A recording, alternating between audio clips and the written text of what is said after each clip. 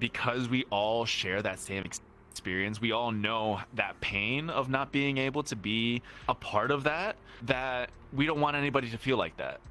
You know what I mean? Like, that we don't want anybody to feel left out. We don't want anybody to feel like they're not a part of the group, or that they're not accepted for who they are. Welcome to another episode of the Sweet Talking Podcast with your host, me, Nefertiti. And tonight I am joined with a very, very special guest. All of my guests are very, very special, obviously. And I'm with the man, the myth, the legend, Runey. He goes by Runey, but his whole name is Lirunes. Is that how you pronounce it? Yes, it's Lirunes originally, but funny enough, everybody read it wrong, and then people like just made the wrong reading of runes into something cute, Runey. So I'm Runey now. Hi. Oh, okay. Pleasure to meet you. Pleasure to be on here. Thank you for inviting me here. Yeah. I'm so excited. Yeah, of course. I'm just a little bit nervous. Just a smidgen and all that. But I know it's gonna be a great time. It is. It's 100% going to be a great time. I'm happy to have you on.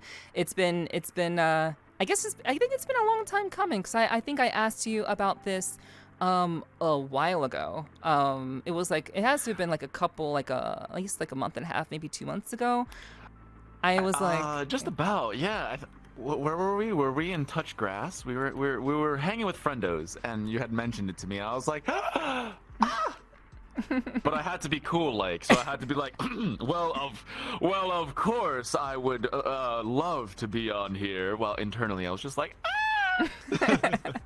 yeah. I mean, we were with friends, and I don't think we were in Touch Grass, but we were like another world. It doesn't really matter, but yeah, we did talk. I'm like, hey, it would be awesome to have you on the podcast, and I'm so glad that you're willing to join me, and make another awesome episode with another truly fascinating individual who happens to use VRChat. Oh. Yeah.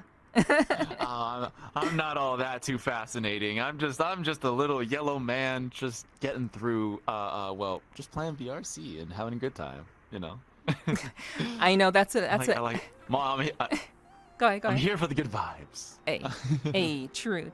I know very much. It's there's a lot to do in VRChat. There are a lot of experiences that I'm sure you've had, and I really can't wait to kind of dive into your experiences in VRChat and everything that goes into that, as well as a little bit of your real life, what you do IRL, what you have done.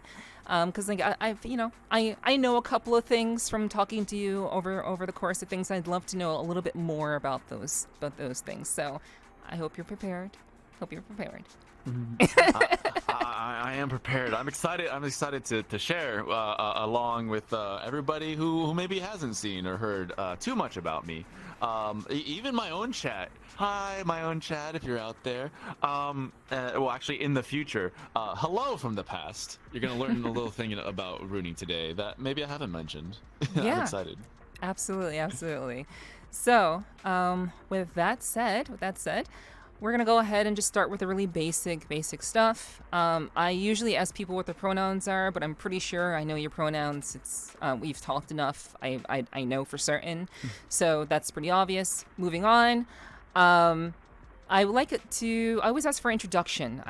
Always ask my guests to give me an introduction of who they are, what they're about, what their likes and dislikes are. Just a very basic introduction about what makes them who they are, and we can kind of go from there. Yeah, sure. Hello. Again, my name is Runey, and or Lirunes. Just a little bit about me is that I am just a big old nerd. But I guess that's a lot of people in here. For sure. I feel like I am I'm a big old nerd who also likes to be fit and also work out and play video games and anime and just I'm sorry, I'm a little bit nervous. I'm just here for I'm just a man of good vibes, or I like to bring that, I come on here, I play VR chat, I hang out with friends, and we have some laughs, we have some good times. And well, I guess there's many more things about me that I can't really fit into an intro, so I'm Yellow Man. All right. Yeah, that was great. That was fantastic. So now that we kind of, just kind of a very basic idea of who you are and what you're about, can you share a little bit about let's start from the very very beginning. So what initially got you into VRC? We'll start from there. Okay, well, I mean, yes, we'll start from there. Well, actually, I never really intended to really start VRC as like a big thing. So how it started was that in 2021, I heard about VR chat through the Ugandan Knuckles meme, as a lot of people have, and I was like, okay, interesting. I'll check it out when I get to it. So it wasn't really a big thing, but every like once a month I would actually come on here to meet some VTuber friends and hang out and just, I was on PC at the time, and then for a while I've always wanted to get the index because having fingers and Half-Life Alyx and all the shooting games and all that would be pretty neat. So I saved up the money to get an index finally. And then actually, I noticed, like, wait a second, VR chat. One of my friends, actually OrendCross, she's a longtime friend of mine, and I was like, I haven't been able to play games with her in quite some time. Hey, Orange, you're playing VR chat. Can I join you? And then she was like, yeah. So I put on my VR gear. We went into VR chat and we were hanging out. She showed me all this fancy schmancy, all the worlds, the games, and she introduced me to her friends. I was like, I really like this. I want to do this again. I want to see what else I can find here.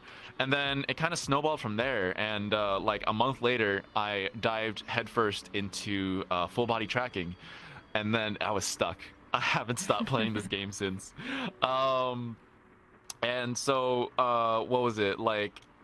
Yeah, and here I am about like 2.5-ish years later, I think, being just, I guess, kind of enamored with this place. And it took me a long time to actually play the game that I intended to get VR for, which is Half-Life Alyx, which I played on my stream. And I was just like, it took me a whole year to get to Alex, but I've just been loving VR chat because, well, yeah, it's a place where you get to meet a lot of people, and it's like endlessly just a good time. So I'm stuck in here now. You're stuck with me. Yeah, You have I'm to stuck deal with me you. now. Yeah, we're all stuck with you, Runey. but yeah, like your story. I think your story will resonate with a lot of people because I think many people haven't really, like, when they first encounter VR chat, they're like, what is this? I don't know what this is. There are other things that interest me at the moment, so maybe I'll get around to it. I'll get around to it when I get around to it, kind of thing.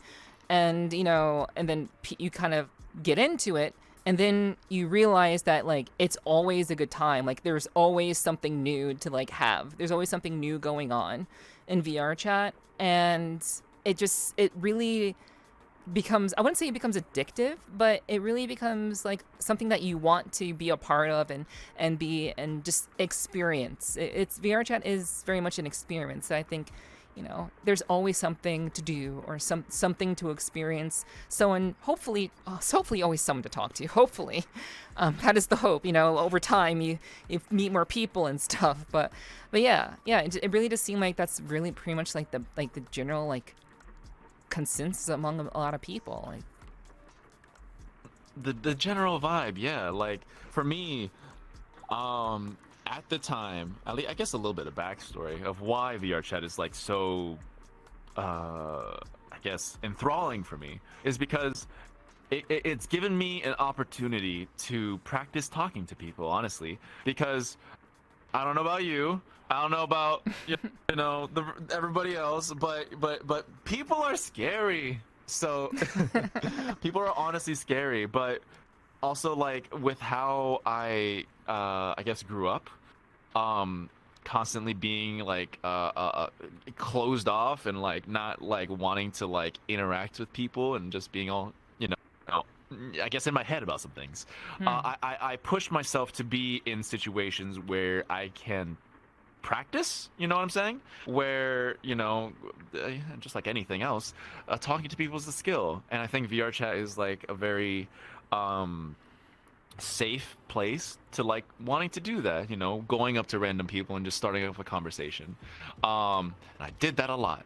And it took me a long time to get to like to be able to be more conversational with people. And I think it's really helped me out to be like in the real world, to be I guess more personable, more charismatic than I would have had otherwise if I hadn't gone in here. So it's more like initially it was more like not so much a wanting to play it for a game, but then it more so where I just wanted to come in here because I can just get better at doing the thing. And then I also meet new people, and then we have fun, and then we had fun, and then we have more friends, and then it's a good time. And that's always great. That's always great. Yeah. So like I would say like many people like interacting with people is kind of a struggle for you very early on, but VR chat actually helped you to become more sociable. It sounds like. Absolutely. It's taken me many years to like get to that point, because like I put myself into jobs where I need to talk to people. I put myself into some other situations that maybe we'll talk about a little bit later, that will just like, hey, you're going to be in a social situation where you need to be able to talk to some people, either customers or very important people or whatever, and you need to do good, and the only way to get good is to actually do it, and I guess that goes with anything. If you want to get good at something, you gotta put the effort into it. And well, this is also a good excuse to like hang out with friends and play games for me. So it's a win-win situation. Yeah, and like spending time with your friends and playing games is I think that's how the majority of people in this day and age actually become sociable. They play the same games with someone. They have a chance to interact with someone on the same platform, whatever game they may be playing. And before they know it, they're actually becoming more sociable. They're actually learning social skills through playing the games that they play. And I think that's a pretty common story, like with a lot of younger people these days. I think even maybe some older people too, but mainly for like younger people who may like suffer from social anxiety, and people who just kind of struggle to like be able to like walk up to someone and just say hey, just like have a conversation with them. So yeah, like that's really cool to hear that like you have a very similar experience in that regard. So like in your case, like with that said, I guess how has VR chat made you a better person? How has it we'll say how has it made you a better person? And we'll go with that question first. That's a simple question. How has VR chat made me a better person? Or improved well, I guess you. In that case, or improved. I guess, and that would be one of the major things that it's helped me improve. It's helped me really be able to not only just be more sociable with people I may not know, where like I can be more comfortable with myself around, or in VR chat.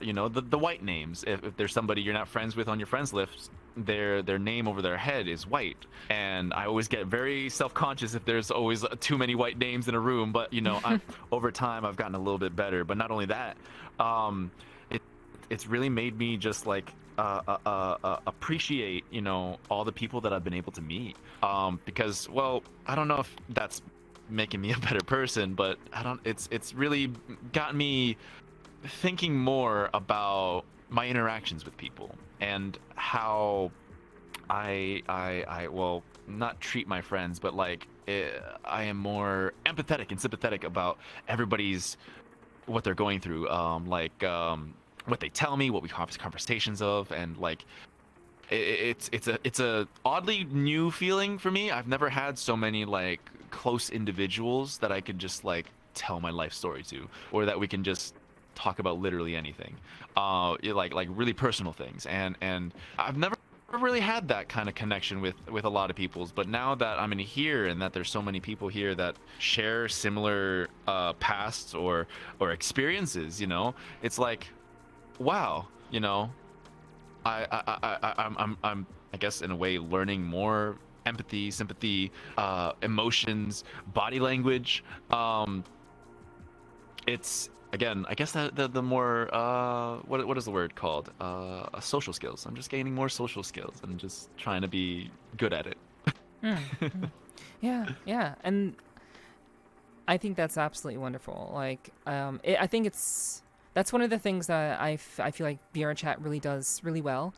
For a lot of people, I feel like VRChat really helps people with their social anxiety, or just allows people to give a chance to talk to people in like you know, quote unquote safe space, you know.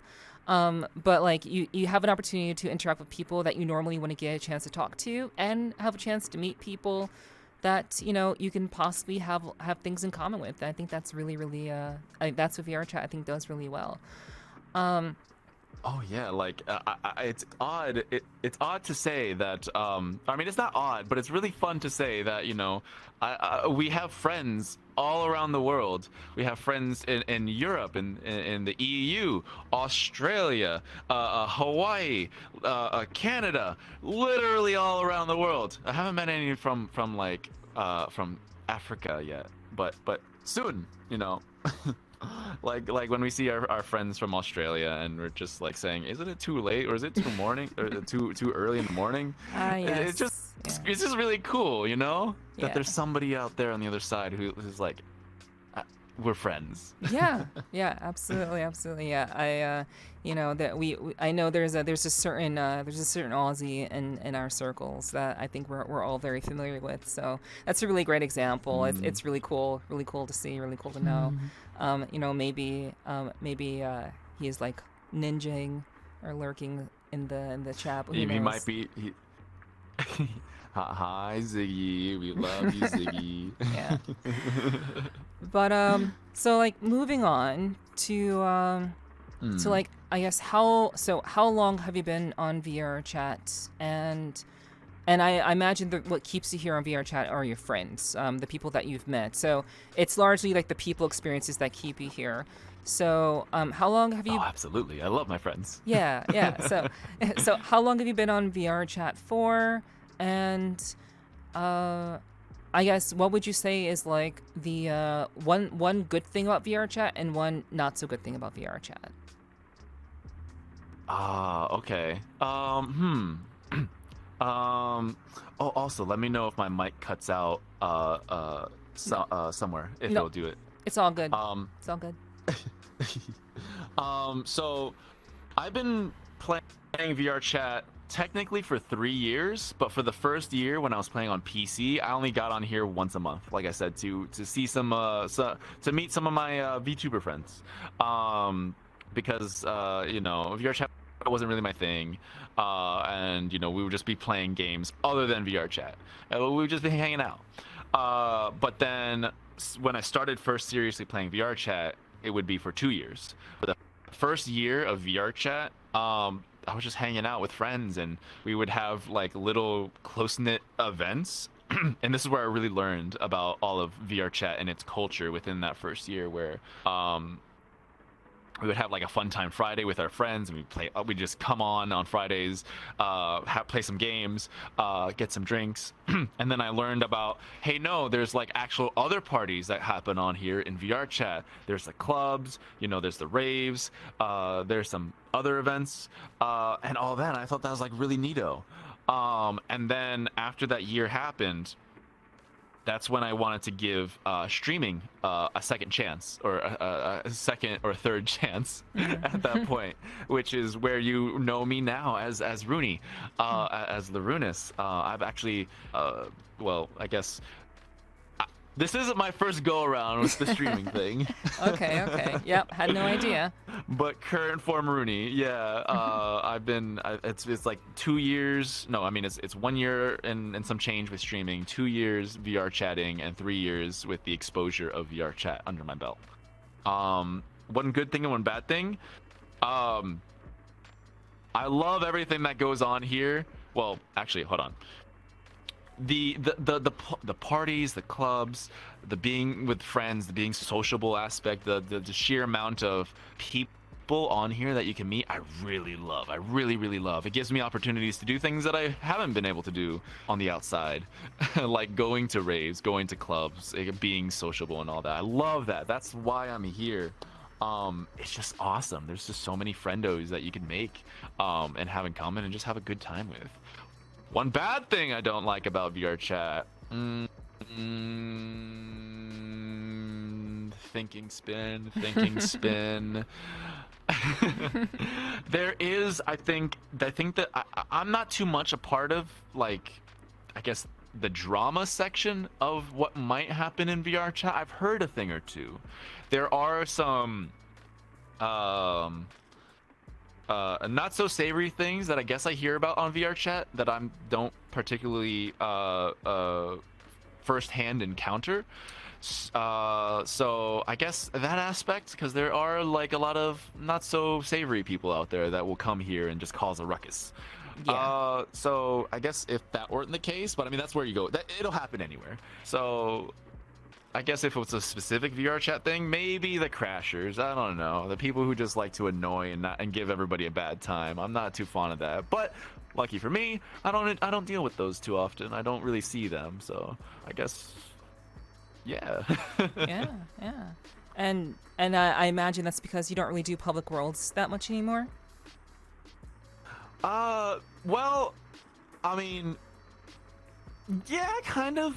When I first started on VRChat, and with my friends, we would always be in like a public world, specifically like a good few public worlds. But if I'm just by myself and I just want a world hub, I'll just do the thing that I would do in the past when I first started, which I would go to like the Great Pug or the Black Cat and just hop between instances within that world just to see the chaos, the absolute chaos that goes on in there. You don't know what you'll find. Sometimes it'll be great. Sometimes it'll be like, oh, why? Oh, I'm getting out of here. Yeah. But you never know. That's the fun of it. You'll That's get the it's like just a trade-off. dice roll. You'll have some as the trade-off. You'll have a great time sometimes. But nowadays I typically just hang out, see what our friends are doing, whether it be a party or just hanging out, playing games. I don't really get into public worlds as often anymore. I guess that's just what happens when you play VRChat for a long time. Yeah, like you develop a friend circle, you just kind of do your own things with them. It becomes like less of an experience of like the platform as a whole, and more so an experience with your friends, and just an experience that you get to kind of have with them as you jump around to different worlds and do different things and play different games and so on. Yeah. Absolutely. Yeah. Do you remember your first public world?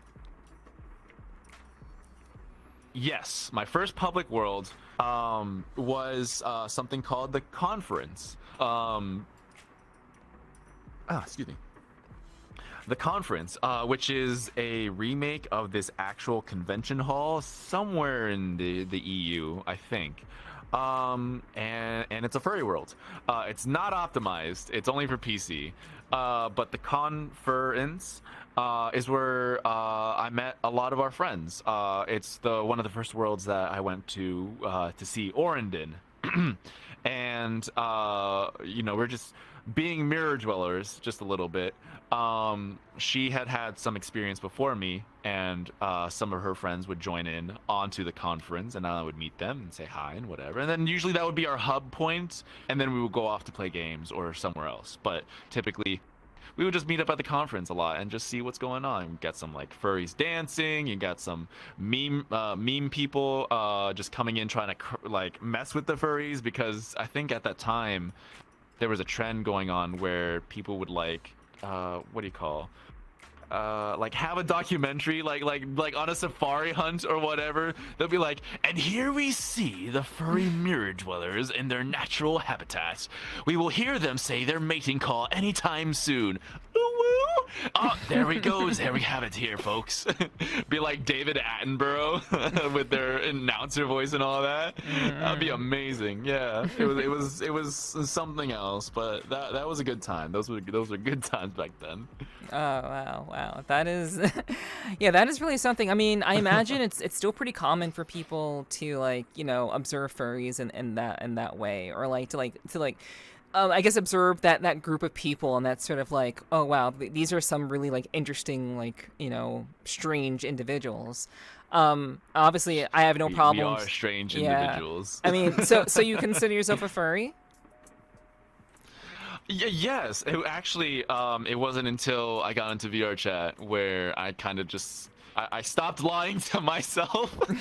You know? Yeah. It was like, oh man, these furries are weird. Man, no, I would never be them. God, why are they so weird? And then I was just like making my persona, and then I was like, no, that's the furries. I'm a weeb first and foremost. I like anime and all that. I'm a video gamer. I'm a gamer. And then to fit in with Orend and a lot of their friends, I was like, okay, let me get a furry avatar, And then I found one that I liked, and then I just kind of stayed in it. No, Yeah. I stayed in it, and then I kind of made it my whole thing. Yeah. I was like, damn it, I got reeled in here when I didn't mean to. Damn those furries. Once you're in there, yeah. you can't leave. You can't leave. Once you're in, you can't leave. There's no going back. Interesting. The furries, I've come to learn, while they are weird as what a lot of people think, which is also weird because like there's a big split within VRChat, it seems like, where they just got the furry haters and then the people who are just chill. Yeah. While the furries are indeed very, very weird, the vast majority of them are so wholesome and so nice and so kind. Like, oh my God, where are you guys in this wretched world that we live in? Can we just like hug and just have just vibe and chill? That's what I like. Yeah, I mean, I feel like I would imagine that all the people who, like, I would say the majority of people who are furries, like, I think like it would be great if like there was more of that kind of like love, like in the actual like real world, where people would actually like care and be wholesome and all that. But I imagine that most furries are like kind of scared of like reality, and they can only like feel comfortable like with their own kind, I guess you could say, like their own group of people, You know what I think it is? I did have a theory about this. Okay. When it comes to furries, I think a lot of what people gravitate towards in the furry community is the fact of being ostracized, or maybe feeling like you don't belong into like a certain group. At least that's certainly what happened to me, where I think the furry community all has almost like a collective shared experience when it comes to being not a part of the group, or not a part of the cool club, or always being seen as the weird people or whatever. And because we all share that same experience, we all know that pain of not being able to be a part of that we don't want anybody to feel like that. You know what I mean? Like, that we don't want anybody to feel left out. We don't want anybody to feel like they're not a part of the group, or that they're not accepted for who they are. And so, that's why it seems like, at least from what I experience, is that like everybody's so calm, everybody's so chill, everybody's just so loving and so welcoming, because we all have that knowledge that, we don't want anybody to feel like how we did in the past, And I think that's really neat. I think that's really like amazing, at least for this community. And I'm glad to be a part of it. Yeah, I mean, that makes perfect sense to me, honestly. Like, I definitely am the kind of person who I don't like if I'm in a group of people, like it's very rare when you'll catch me in a large group of people. And I think a lot of people who know me have kind of caught on to this. Like, I can be in large groups of people, but like I generally am not very often than not, because I just prefer the one-on-one. I mean, that's why I do this. But like it's just like when I am in a group of people, like I have this intense desire to make sure that everyone feels included in whatever is going on. So like when I'm in a group of people, not only do I want to have fun, I want to make sure that that person over in the corner is having a good time. That like, that person over there, who may be like, I don't know, maybe AFK, hopefully they're all right. And like, I always want to, I'm always like observing. So like, I get that. I totally get that. Like that desire to want to make sure that the people who are there are actually like taken care of, that they're looked after, and that that they know that somebody actually cares about them, even if they're not like directly a part of the group. If they're present, then I'd want them to feel like then they can just like feel comfortable and feel as though they can be a part of the group too.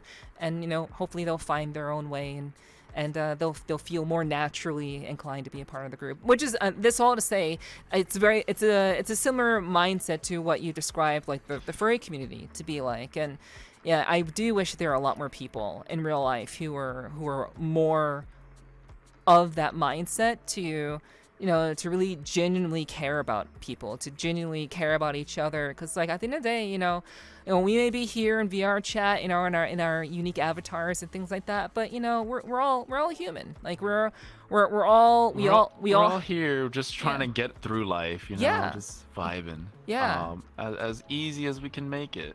Yeah. We don't need more stress or static in here, True. That's Yeah, like at how the I want to see things. yeah, at the very least, like I would definitely want like people to feel like you come to VR chat or play any game to feel like you're relaxed, to have a relaxing moment, and where you don't have to deal with the stress of reality. Because like you've said, a lot of things have gone on in your life that have kind of that made you feel like not included or left out. And if you don't mind, I'd like to talk a little bit about that, and like how I kind of want to like dig deeper into like the psychology of like what has changed comparatively to like your experience, like from your life back then to how it's become a lot better for you now. So can you kind of share a little bit about how your life has like how we used to be, and what kind of got you from that place of not feeling as though you were, a part of a group, and like you felt like you were just kind of there, to feeling as though like, hey, I have the confidence now, I can like be my own person, and just kind of like, and just do what you do now. Absolutely. Let me take a little sippy. Yeah, no problem. So, back when Runey was just a wee lad, especially in primary school, into high school, not so much in college, but it's those early years that really that has really kind of shaped our formative years, for whatever reason. For whatever reason, I've just had this label put on me where this label of just being known as the weird kid, or just the one as being like, ew, Runey likes you, blah blah, or like always picked last on like kickball or whatever. But because I guess in the town that I lived in, and because everybody just knew me and just knew not to be around me for whatever reason, what it could have been, kids suck sometimes. Yeah, they do. It just followed me. Yeah. We all the same people who were around, just we changed into, or every grade that went by, I was just that. And I didn't exactly have a lot of friends. I didn't have a lot of people to socialize with, hence why I guess the before topic, where it's just that I kind of just got used to being alone, and I got what's the word, I got used to being alone, and therefore I learned how to keep myself occupied in some ways.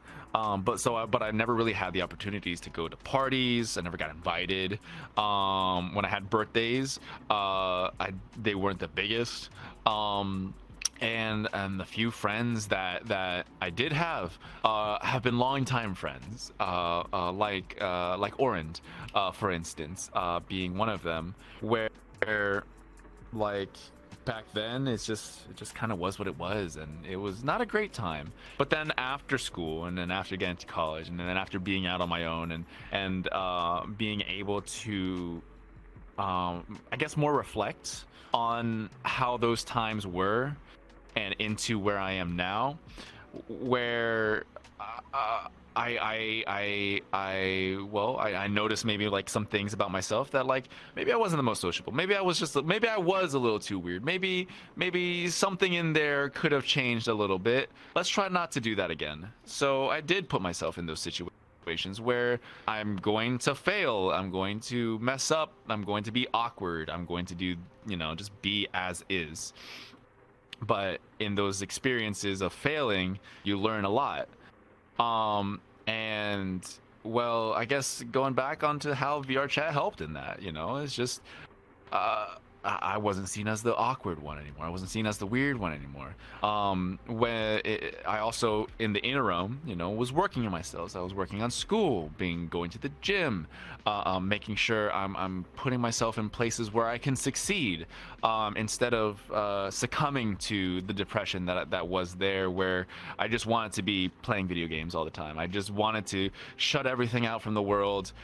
Just wanted to be alone with myself in my fantasy area. I mean, I still like to be in my fantasy area. Don't we all? Don't we all? But yeah, don't we all? We want to escape this reality sometimes. Yeah. That's why we go virtually. Just put me in the Matrix already.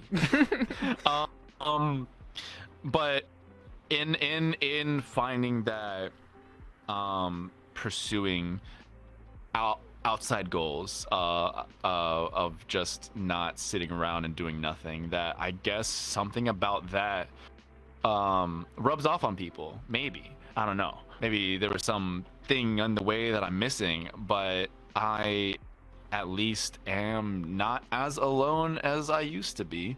And so I would say, I don't know if this is the golden years, but you never know the golden years until they're already past you. But I'm feeling pretty good. I think I'm still like riding the high of I was down here, now I'm coming up here, and it's still good. I don't know if I'm rambling too much, if that's making too much sense, but no, you're fine. You're fine. Your original question compared to then to now, way different. Definitely way different.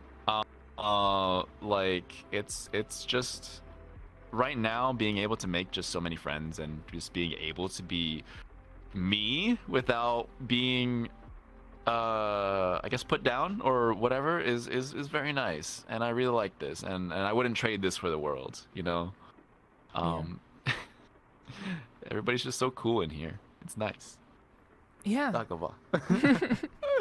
Yeah, definitely. I would say like the many people in VRChat have shown themselves to be pretty damn cool, pretty damn interesting, if nothing else. Like pretty cool, poggers. Pretty poggers. Yeah, absolutely. Yeah.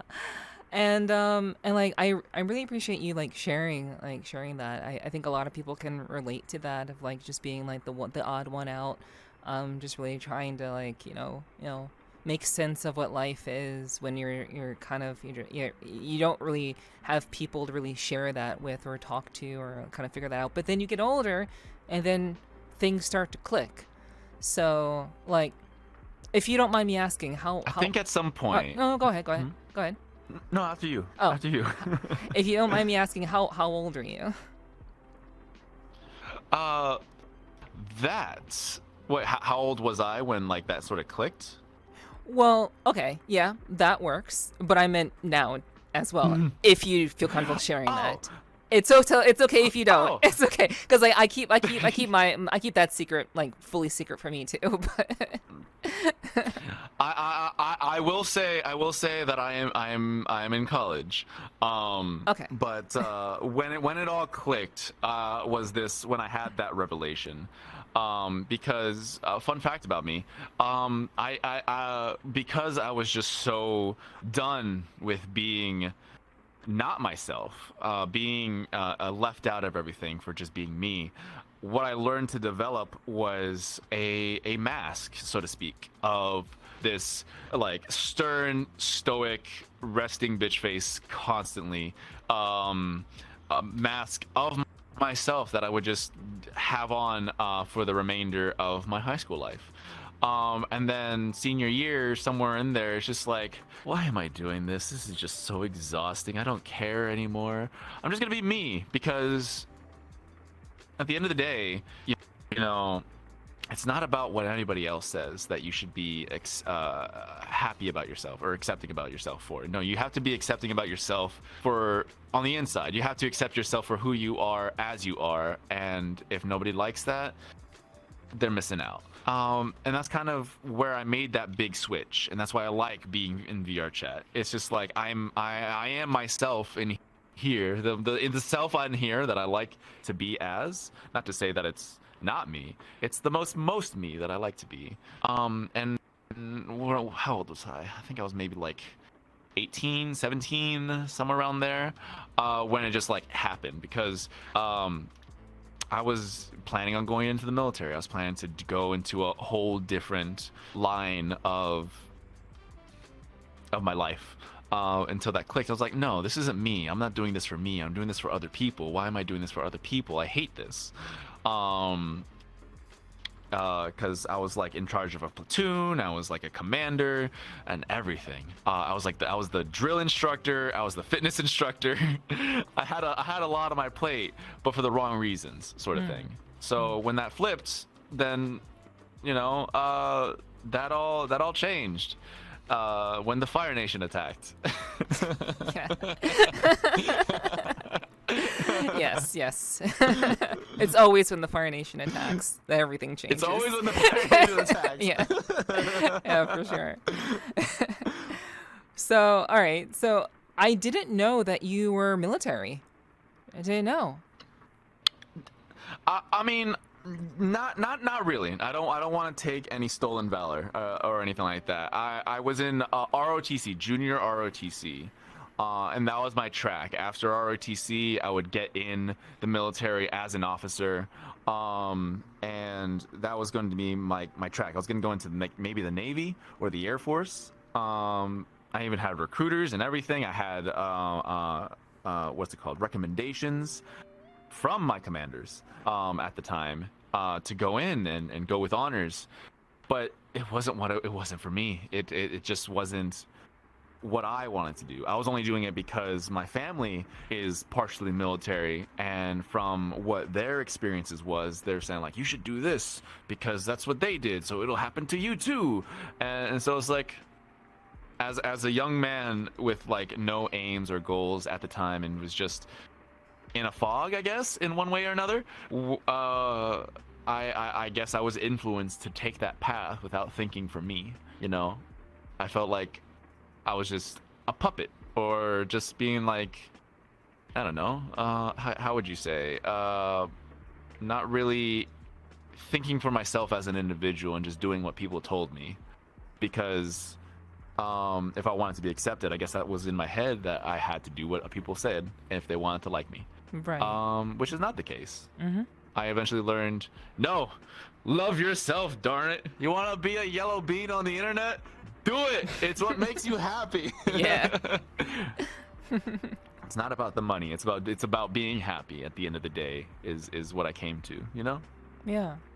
And with regards to like, figuring things out and like having that click, what like, so like it makes like, did you just reach your own conclusion of like, all right, I've been doing this for a long time. I've been feeling this neglect, this depression for a long time, and I just need to do something that's just drastically different. So like, how did you get to a point where you like decided to like do like, go to the gym and like make these personal changes, make these like drastic I don't know if they're drastic, but to make these changes that ultimately led you to finding like love in yourself, and just ultimately getting into streaming and all that, like how how did that go through in your mind, and how did you get to that point? Because I think for a lot of, I'm asking because I think it's hard for a lot of people. Like they hear like, oh, I was going through this really dark place and I was left out, but then I just decided, and then I was doing all these things, and now I'm doing what I'm doing now. Like I want to try to like make that a little bit clearer for people. I know obviously every path is different, but if you could kind of explain like what happened and what made you decide to do those particular things for you, to make yourself like feel more love for yourself and no longer, bend to simply being the odd one out and everything. Well, that's a really tough one, because I don't think it's definitely different for everybody. Everybody has those moments. I think it was like what's his name, Robert Downey Jr. He like changed his whole life around. His story is just like he just ate a cheeseburger and he's just like, what am I doing with my life? And then he like flipped everything and then became the big actor that we know today. Right. Yeah.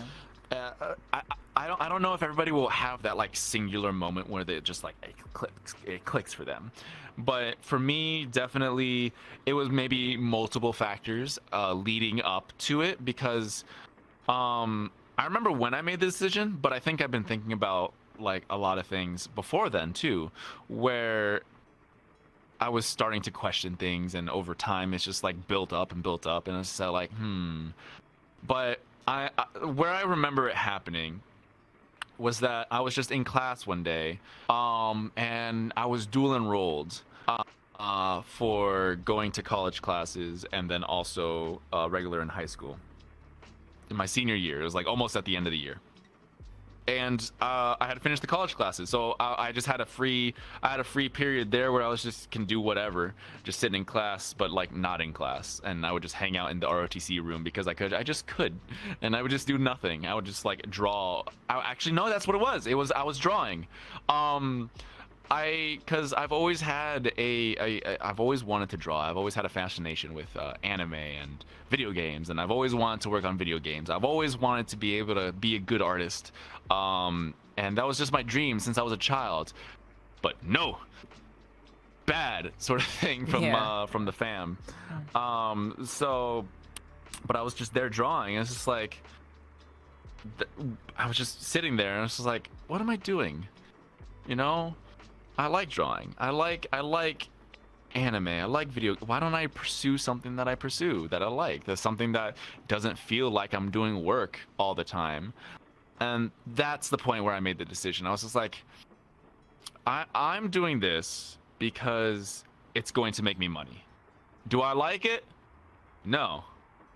What should I be pursuing? A job into a field that I like. Artwork. Animation, video games. Maybe I should be looking into that instead, because that's what I find fascinating. That's kind of the stuff that intrigues me.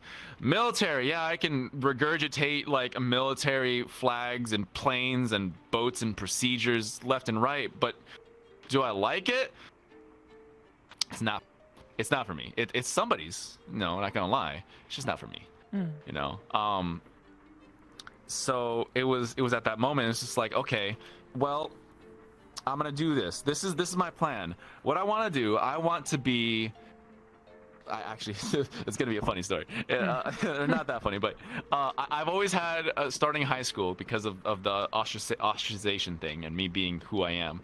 What I always wanted to do was, I've always wanted to be the fit, the big bulky nerd, so to speak, because at the time, or at least in my area, I guess, anime didn't pop off yet. Anime and all the cool stuff that we see now, all the merchandise, all the fandoms, or not the fandoms, but like the anime is more mainstream than it was years ago. Yeah. Same with video games, or maybe it was about the same. But anyways, big weeb right here. Anyways, I always wanted to be the big buff nerd. I wanted to be able to be like the popular like jock, quote unquote, so to speak, archetype. So that way I'd make a lot of friends, and they'd be like, "Oh, Runey, you're so cool. Whatever. Yeah, yeah. Oh, thank you. No, pish posh. But hey, you want to watch anime with me? Anime? That's for nerds or dorks or whatever." And they'll be like, "No, it's not. Check out how cool this is." And then I'd show them, and then get more people into anime, and then I wouldn't be alone in my endeavors, in the things that I like. That was my big goal. It didn't happen. Okay.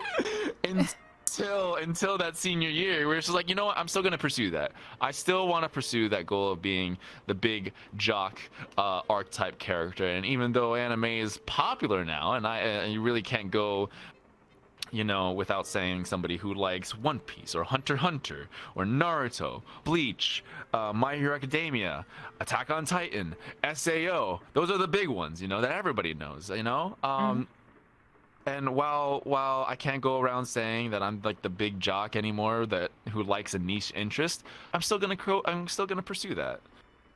I'm sorry, I'm rambling a little bit too much. But no, yeah, that was drawing. That's where I made the big switch, and then that's where I made the big changes. That's where I wanted to do the fitness stuff, and really pursue that too.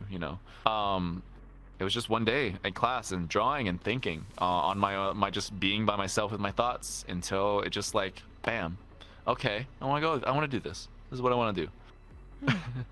Gotcha. All right, cool. I thank you for I know it was a hard question, so doing rambling a little bit. It's not really. It wasn't really rambling for what it's worth, but you were it was fine. It was a great answer. So thank you for entertaining that difficult question. So when it comes to you being you, how did you come to understand who you were? Because it sounds like you were living a lot of your life for other people. You're trying to be what other people wanted you to be. So how did you come to the conclusion that you want it to be, ultimately, obviously, there's steps in between, when you're getting to, getting into VRChat and all those things, and being into anime and all that. But what led you to you becoming Runey? Let's talk about that. What becoming Runey? Becoming Runey, yeah.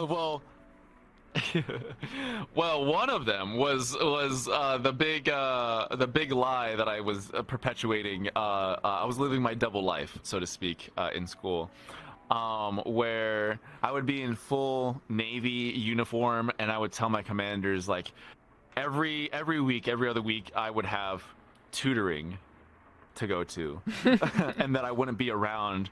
I wouldn't be around for certain events or things that were planned because I have tutoring. And they'd be like, "Okay, that's all right. We can work around that."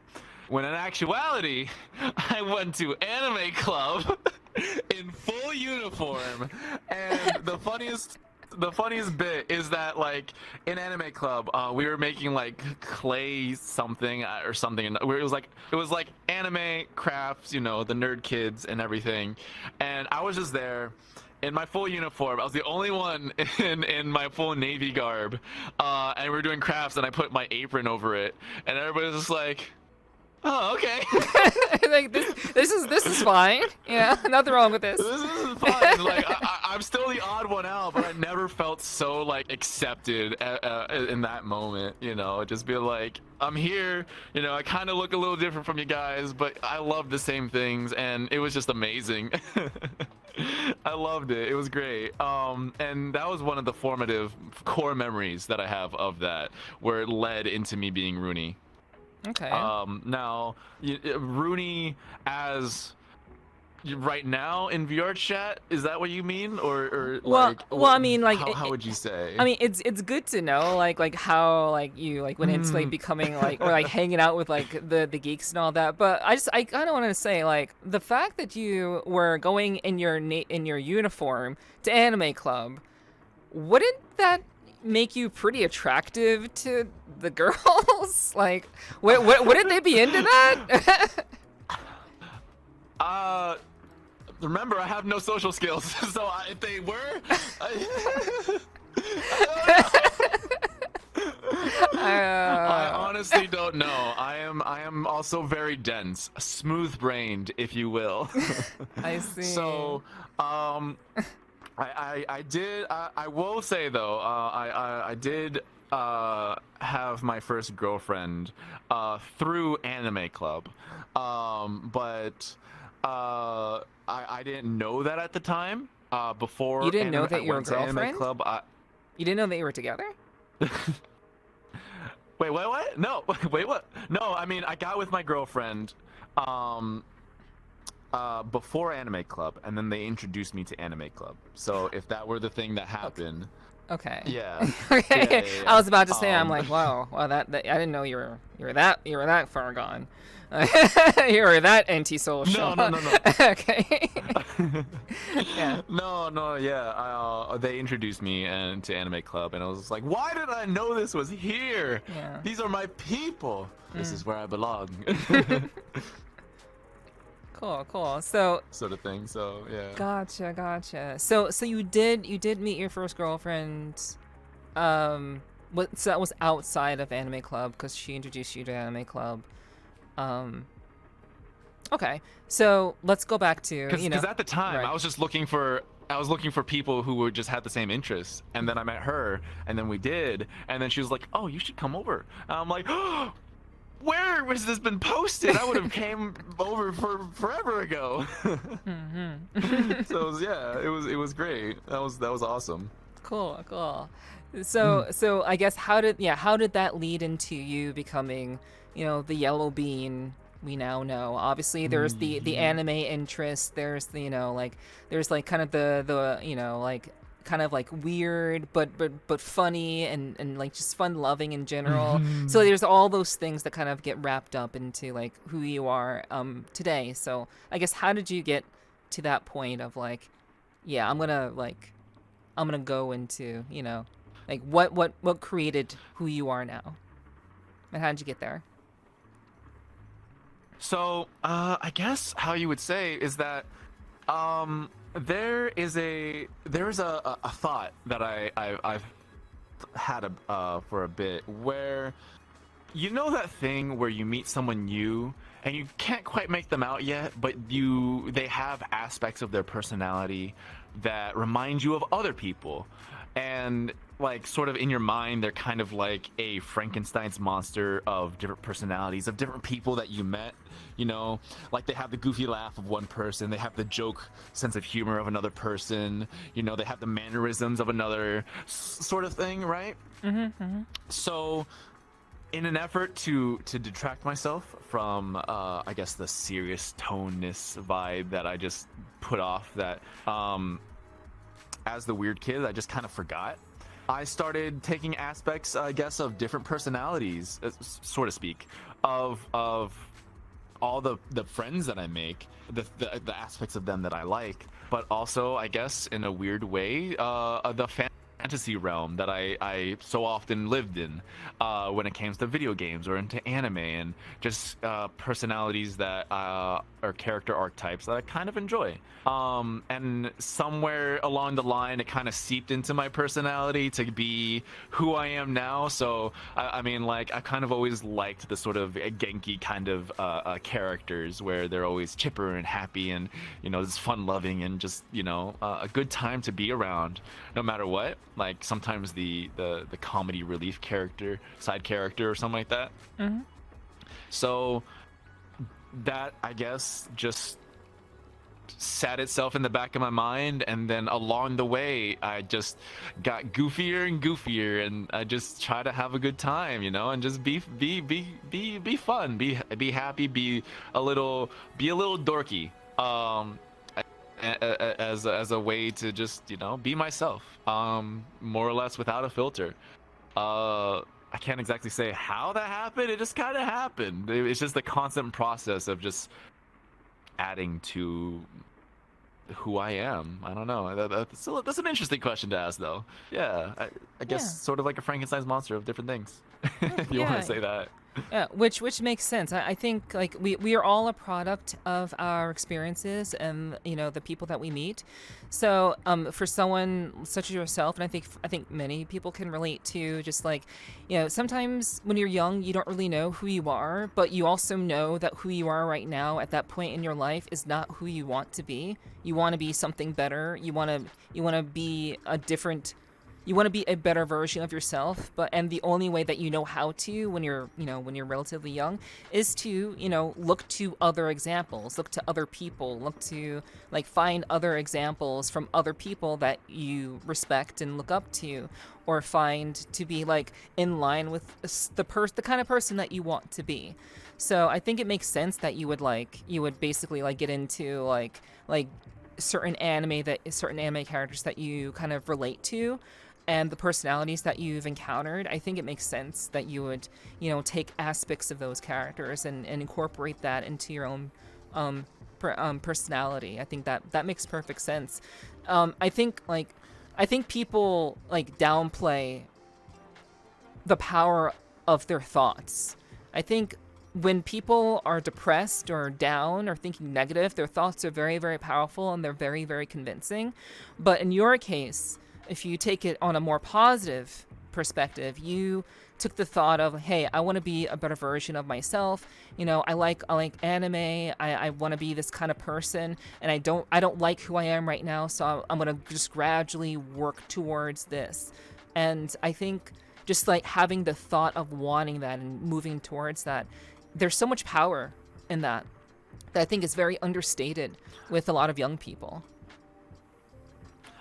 Yeah, absolutely. I mean, I say this all the time on, especially my workout streams, is that to never stop pursuing a more perfect you that you want to be. Absolutely. Or it's some version of that, because it does take work. It does take a little bit of effort and time over time to keep working on yourself, to keep doing something that you be a more perfect version of you that you would like, and that's what I encourage everybody to do, because honestly, being the best you, the whole you, and nothing but yourself is just the best feeling that I can really say for everybody to strive for, and be like comfortable in your own skin. Yeah. Yeah, like if it's you the best feeling. Yeah, and like if you're striving for that all the time, you can basically, that's how people learn to love themselves. And I think that's really the most important thing. Like if you're working towards being the best version of yourself that you can be, then ultimately that's going to lead to you being able to like show love to yourself and care about yourself. And like I say something very similar. You say be the best version of you that you can be. I say something very similar. I say love yourself to the point that you want to fuck yourself. Like I think that's yes. Yeah. Yes. Like, yeah, be the kind of person Yes. that you want to have sex with. Like I think honestly, I think that's ideally I think what anyone can really pursue. So like it's the same kind of idea, but a little bit on the funnier side. A little I'm a little goofy too. Absolutely. Yeah. Look at yourself. Look at that person in the mirror and be like, damn. Damn. Get over here. Yeah. Exactly. Yeah. So how did you land on being like the yellow bean? Like how did that? The yellow bean. Yeah. Tell us about how that came to be. Well, it's not all that complicated, actually. So like yellow is my favorite color, and yellow is my favorite color, because it's the color of the sun, it's color of life, it's the thing that gives energy to people, and I feel like that's a very a very big aspect of the personality that I want to pursue. So that's getting a little bit into the deep end, but like it's me being me is actually very simple. I just found an avatar that was yellow and I liked it. And it just happened to be that one. Oh my. Well, sort of. There's this public avatar by Scottish Ripper. He's an absolute bean.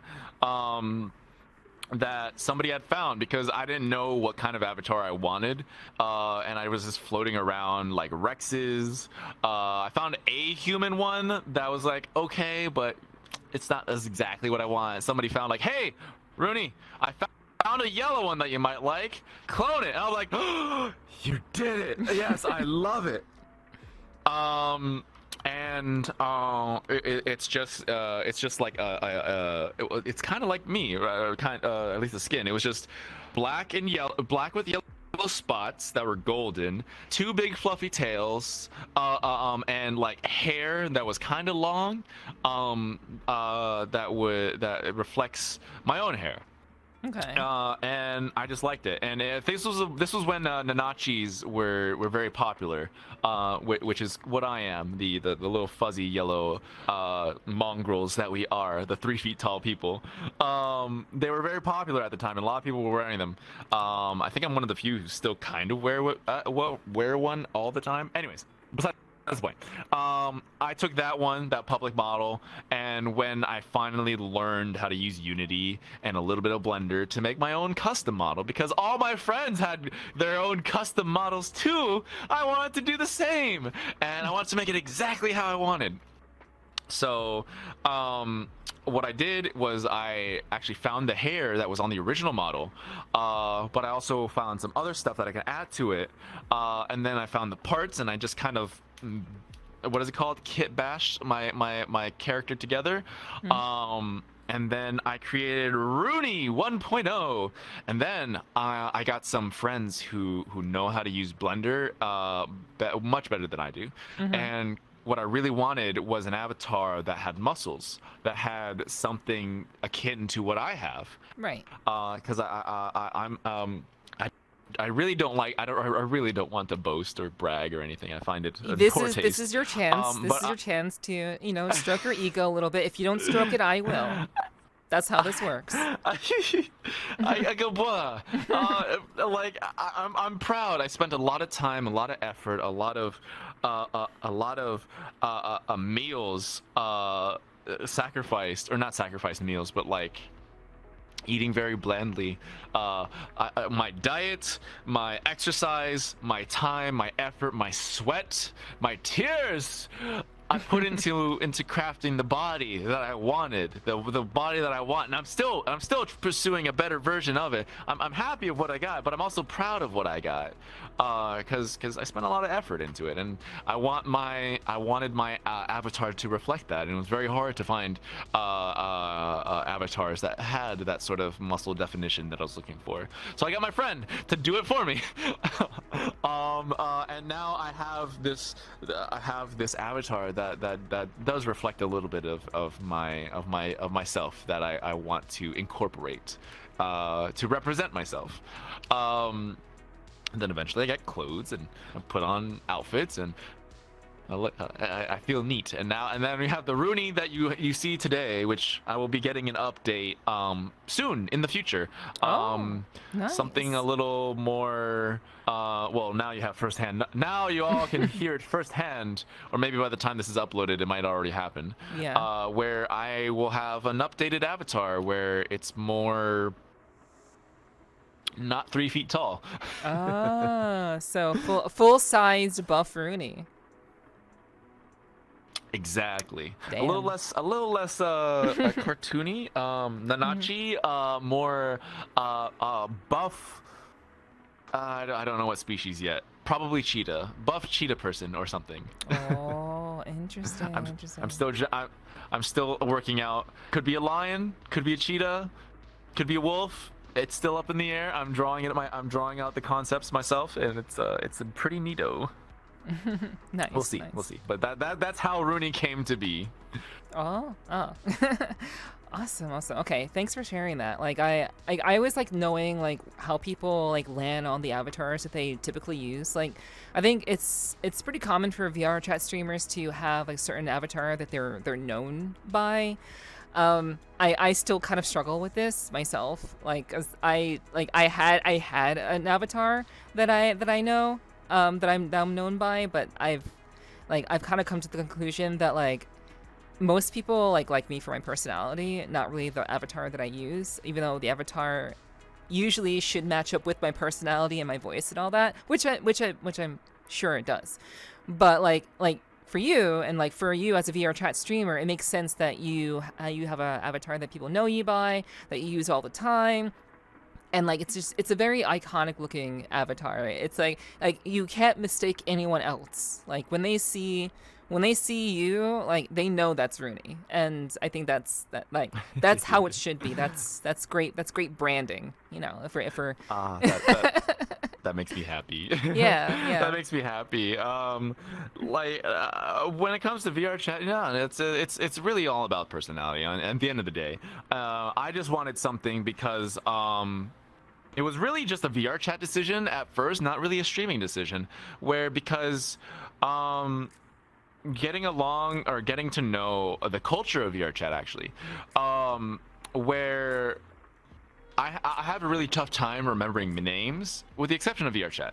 I have a really tough time of remembering names for some reason, and I felt like that if I changed avatars too much, that I would walk into a room with friends and they'd be like, who are you again? Yeah. Right?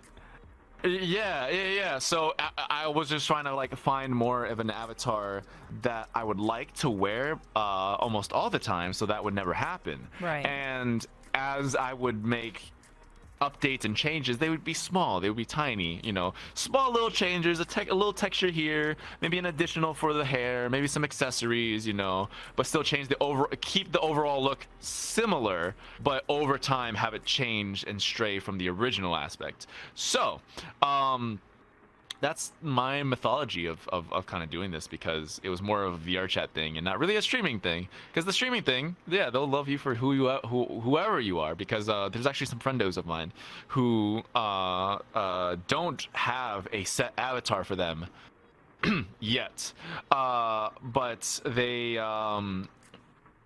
they're just known for swapping avatars all the time, and people still know them for them. And it's because mainly of their personality. So at least for me, I just like being yellow. Yeah, it's so funny. Like you just want it to be yellow and furry, and that's basically what happened. It worked out. It's a very adorable avatar.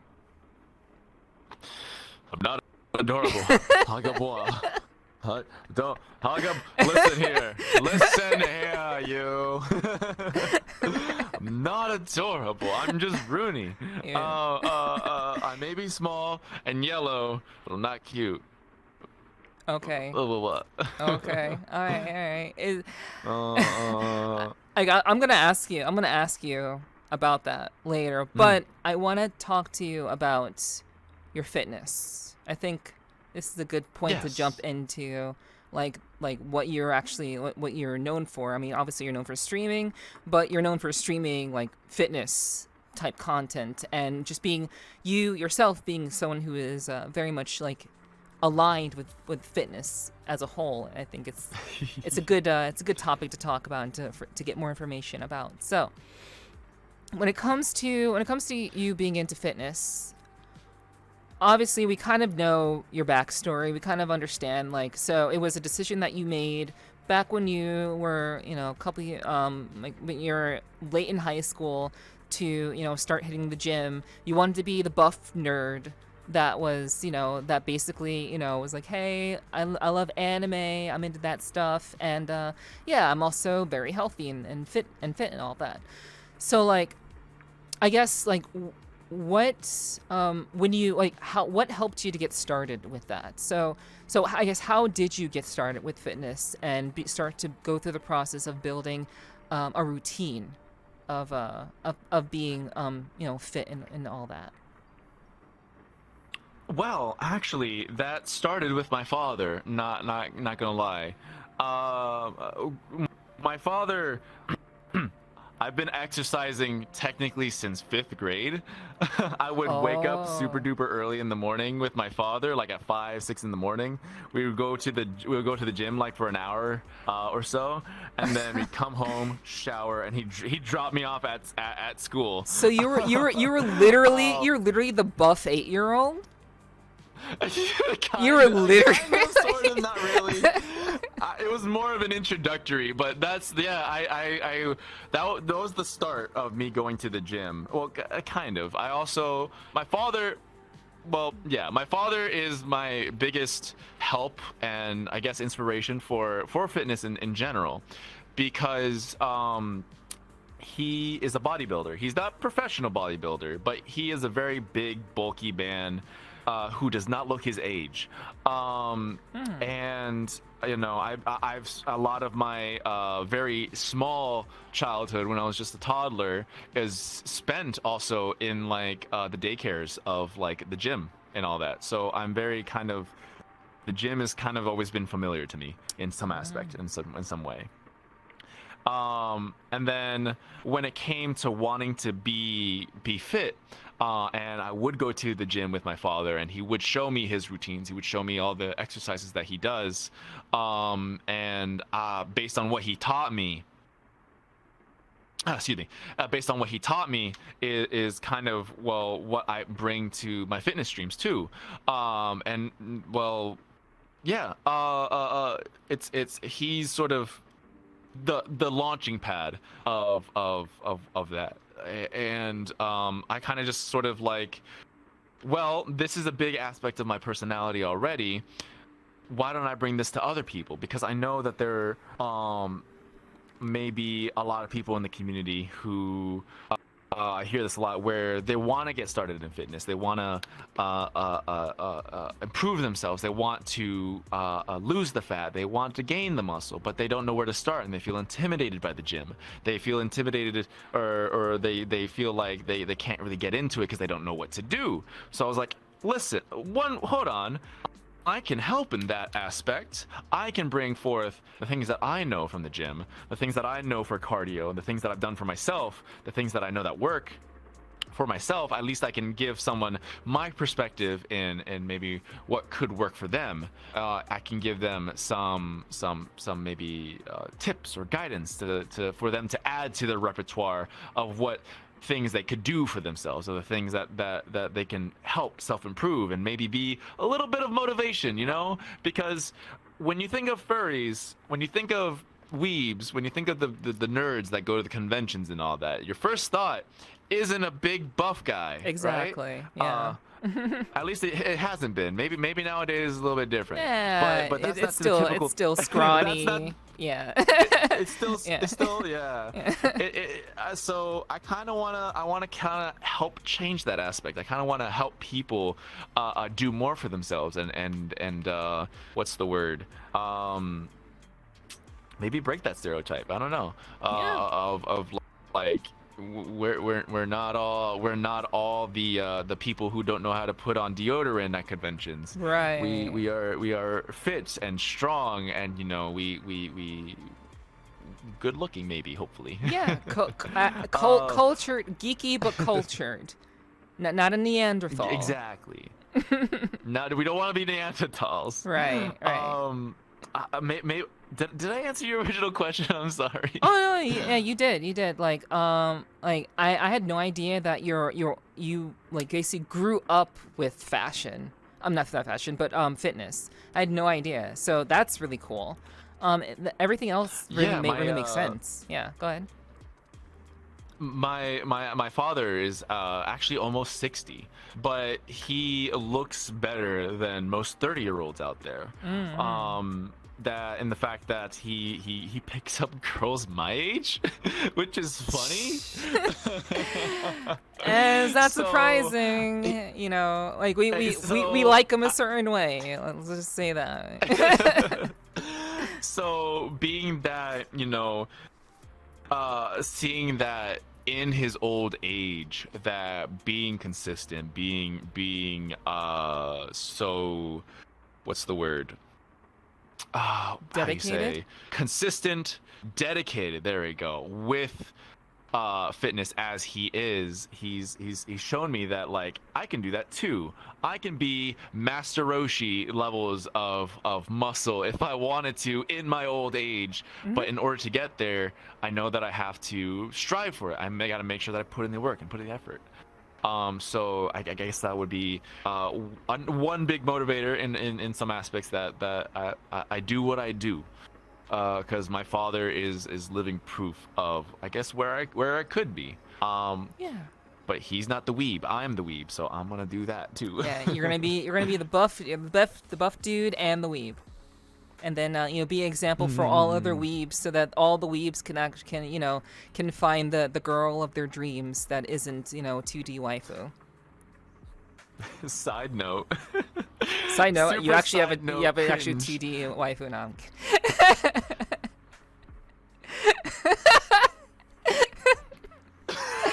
I know, called out, right? Yeah. You gotta call me out like this in front of all my friends. Yeah, I mean, I gotta, People will often say that their one big motivator for fitness was like, oh, I saw Goku training with Vegeta. Oh, I saw Deku get swole, get fit for All Might. No, it was the waifus. you just want the waifus. I saw the pro tags, and then I saw the waifus with the pro tags. I'm like, maybe I can be pro tag kun. So then I started doing sit-ups. So I started doing push-ups. So I started going to the gym. So it's a little of A, a little bit of B. It was the first thing, but also maybe a little bit of the second thing. I don't know. Which is fair. Like I want to be pro tag kun. Yeah, like I think we should all strive to be that. We should all strive, again, like you said, to be the best versions of ourselves. And like sometimes like anime can be that motivator. Ultimate senpai. Yeah, like yeah, go your ultimate senpai. Let's Yeah, go. go above and beyond. Like I think like people should do that. They should strive for that if that's something that they want. Especially if they, if they wanna, again, if they want like a 3D waifu, they'd have to, do a little bit of work. It's 3D waifus are pretty 3D poggers, waifus yo. are pretty poggers. I mean, just look at me. I'm kidding. Joke. But all right. So let's talk like how so you stream your workouts. What is your process? Oh, what were you gonna say? My process. No. Yeah. How many layers do you want to know? What's more? Is there more to this question? I can just go on. I like details. Details are everything. I prefer details. So, let's say, like, if you were explaining to someone who also wanted to do a workout stream in VR, which I think that's what you're doing, like, how would they do that?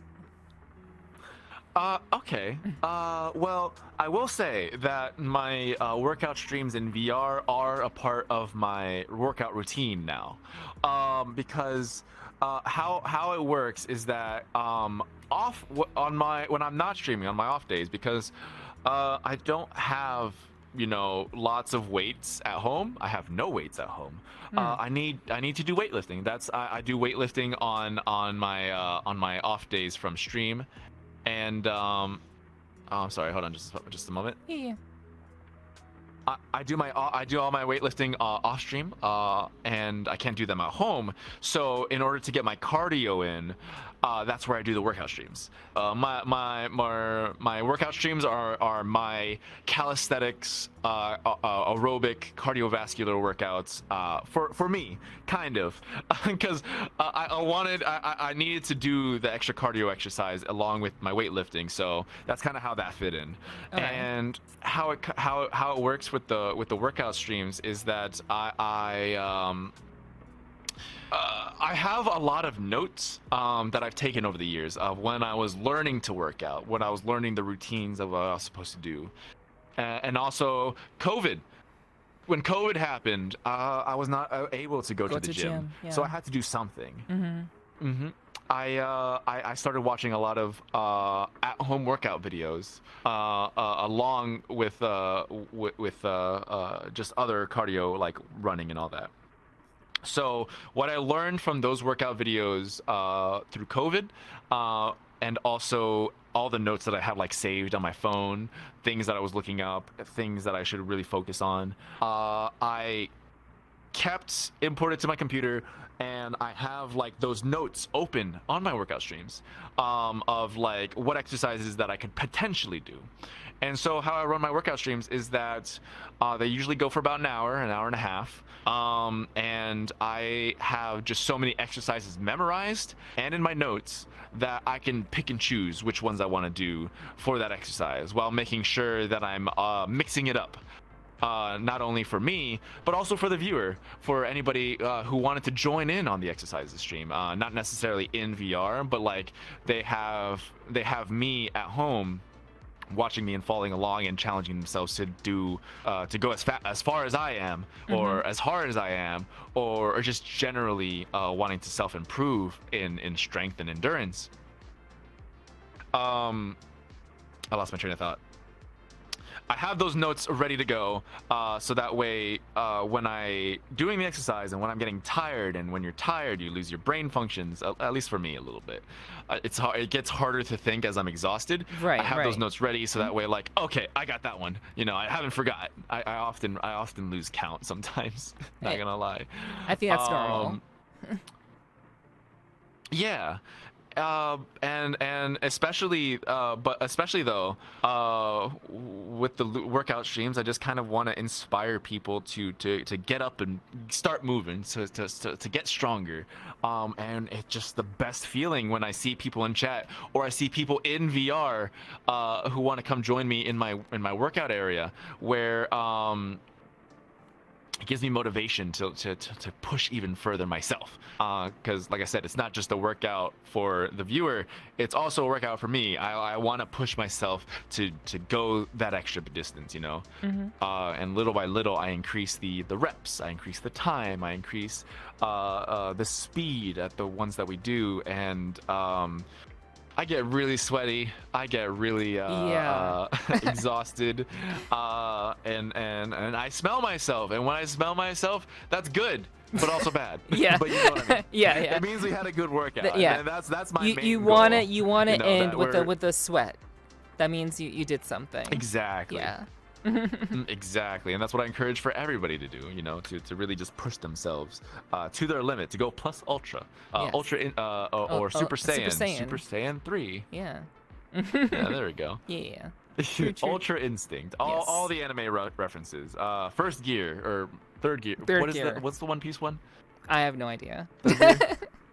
I haven't seen One Piece. Yeah, I haven't watched One Piece it's either. So many episodes. Yeah. So. Oh my goodness. But yeah, we got most of them. We got most of the references, which is fine. Yeah. There we go. Yeah. Bankai. Yes. Oh yeah, that's a good one. Yeah. So What's the Naruto one? I don't know the Naruto one. So like so if you do it in VR, like what is that like for you? Because does that mean, are you wearing the headset? You're wearing the headset, and you're doing the workout with the headset on your face, and the body trackers. Yep. Huh. So I mean, how like, what is that like for like?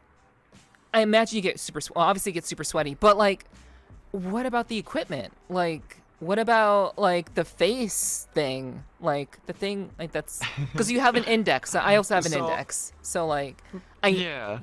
So I have many like cloth pads. I have many different gaskets, and I have also tons. You know, I disinfect and I clean, and what I do is I take a little bit of soap.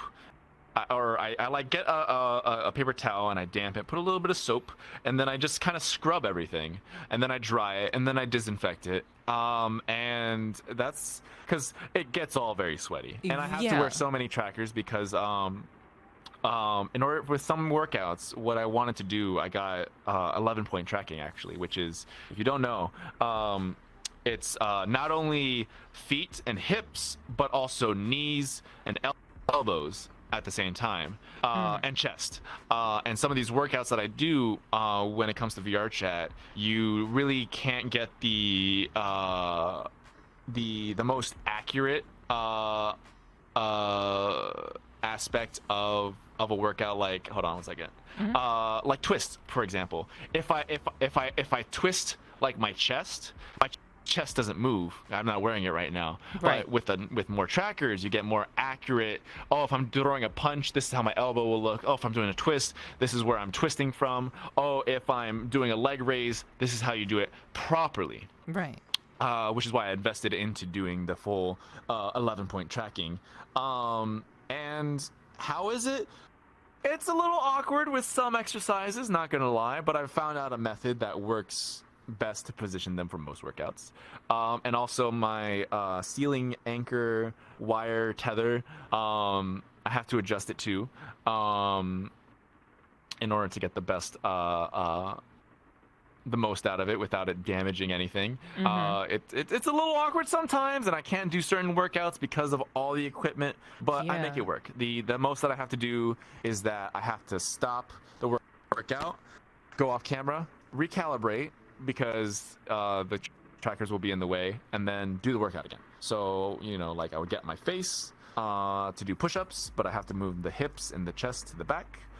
Or if I'm sitting down, then it has to go back to the front, that sort of thing. But it's all around not as awkward as you think. But because there have been also other people who have joined in, and you know, they have a good time with That's it. good. It's all about, at that point, just play space. Yeah. You gotta have enough room in your room if you wanna VR, and have a good time with us, you know. So how big is your play space? It's actually not that big, to be quite honest. It's only about maybe 8 by about 8 by 4. It's probably like an 8 by 4 play space, you know, big enough to where I can lay down without hitting anything, and I can get everything that I need. It's not like some people where they have like a gigantic living room or something where they can just walk all around, which I really want to get one day. Yeah. But it's just enough for me. I move some things around, but it's just enough. Nice. It works. It just works. It just works. yeah, and like that, I think that's pretty much the commonplace. Like, just having a decent space where you can move around and everything works the way it's supposed to. I think that's like definitely the most important thing when obviously in VR, and especially when you're working out in a headset where you could potentially knock into things. So like, is it just your room? Is it just your room, or is it like another space that you do that in? No, yeah, it's just my room. What's the word? I would put it like in a separate room or in my living room or something like that. But now I have roommates, so I can't exactly do that sort of thing anymore. But it's nice. I just have a yoga mat that I lay down on and do my thing. And my roomies are very, how you say, welcoming, accepting of what I do actually in here in my space. Nice. I don't know what my father would say if I told him what I actually do.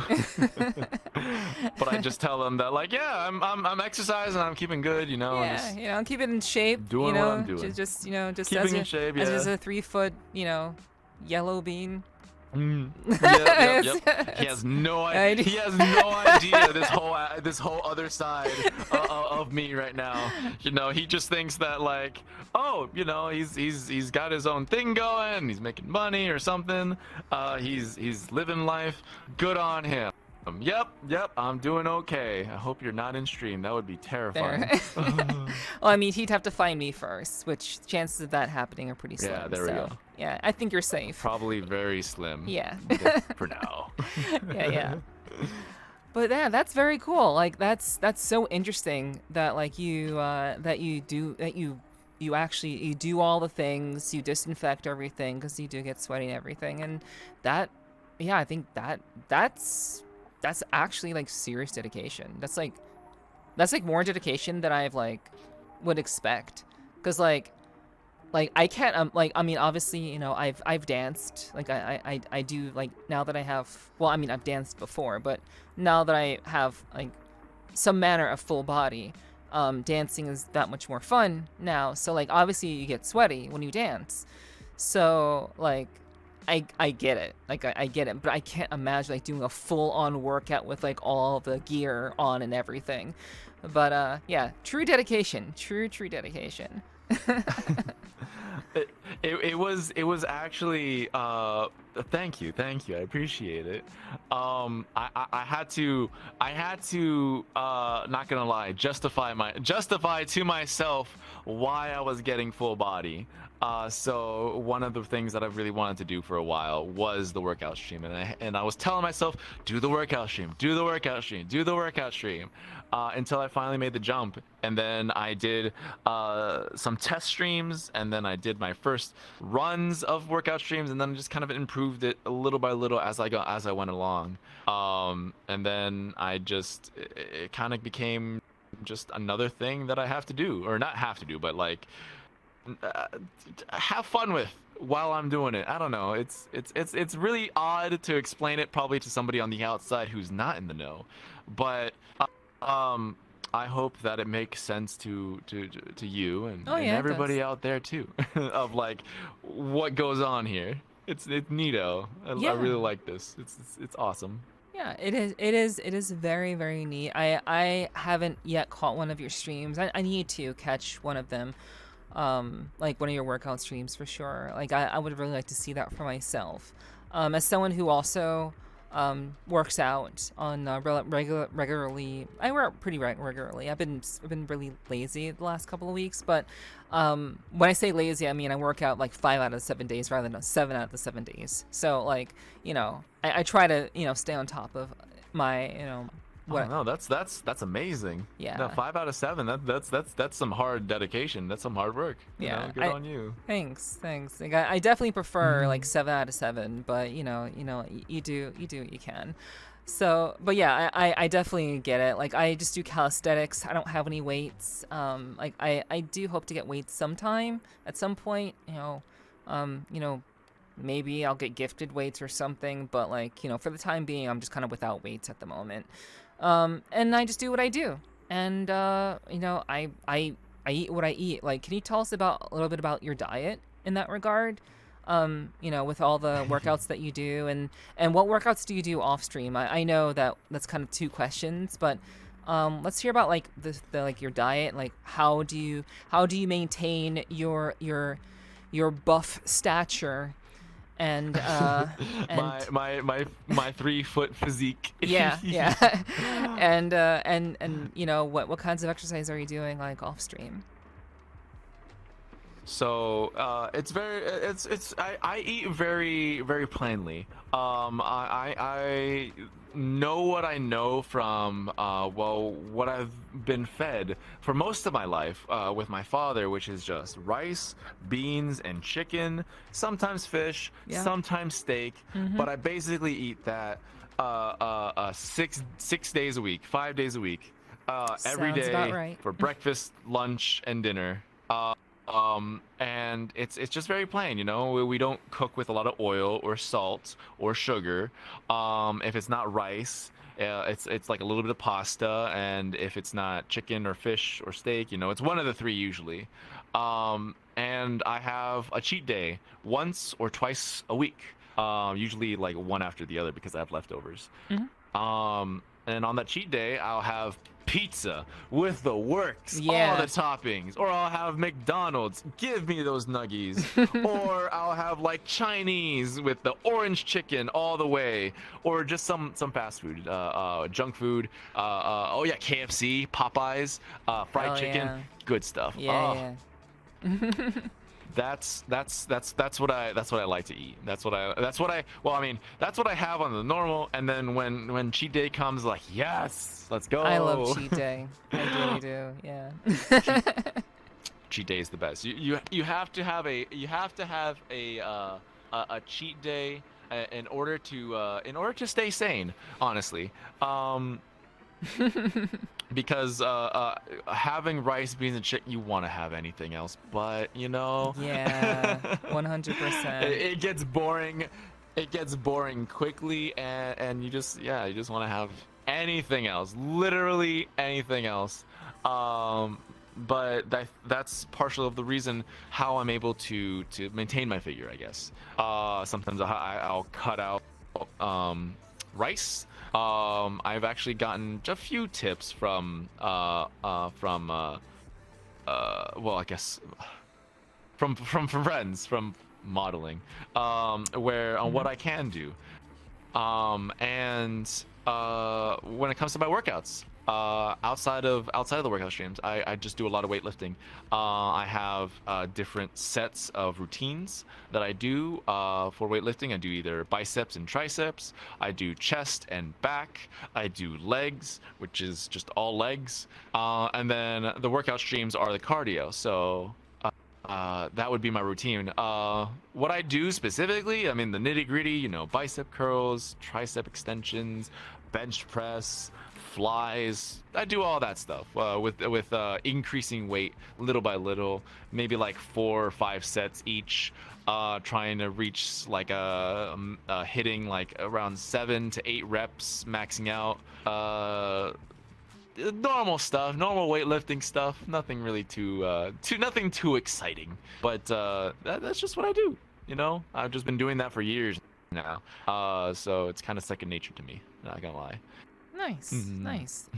Yeah, I think it would be like, I think everyone like would hope that like being able to like work out consistently would become second nature for them. It's, you do it enough, and it does become second nature. It's like something that you have to do, and like you notice. It's just a habit. You notice when Yeah. you don't do it, and like you get back to it. It's very apparent. So you want to like stick with it and make sure that you're maintaining. Exactly. Yeah. Hey there, Nefertiti here. Twitch continues to be super sus, and YouTube continues to smack me with copyrights on all the music that I play on my streams. So you know what? I'm really, really excited and super fucking nervous to finally be launching my Patreon at patreon.com/Nefertiti. What is Patreon? It's a way for you to subscribe and support me with custom rewards that I came up with myself.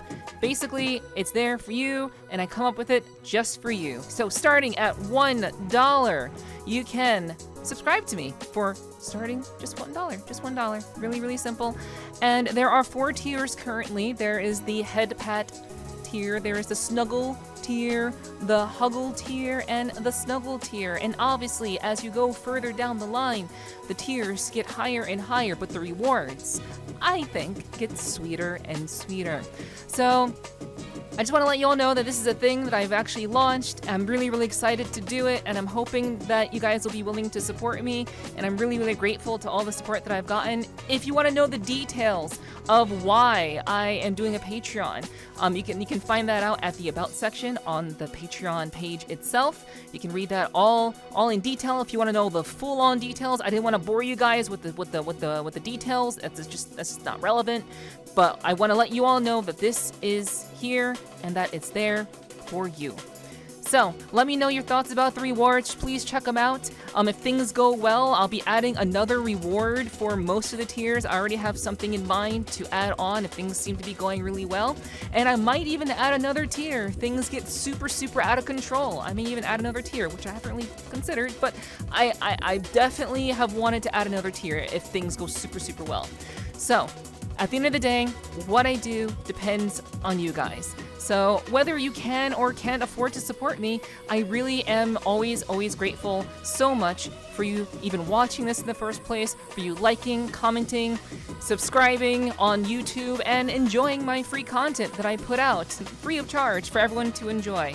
So once again, that is patreon.com/Neferty, and I am really excited of what we can hopefully build together. Looking forward to seeing you there. Bye.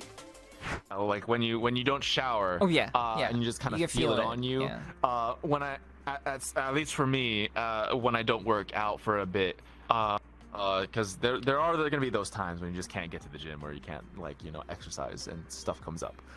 For me, it's just like that. When I feel like I haven't exercised in a bit, I really feel like I haven't exercised in a bit, and I have to get back into it. I have to get back into the routine or the habit, or just do it.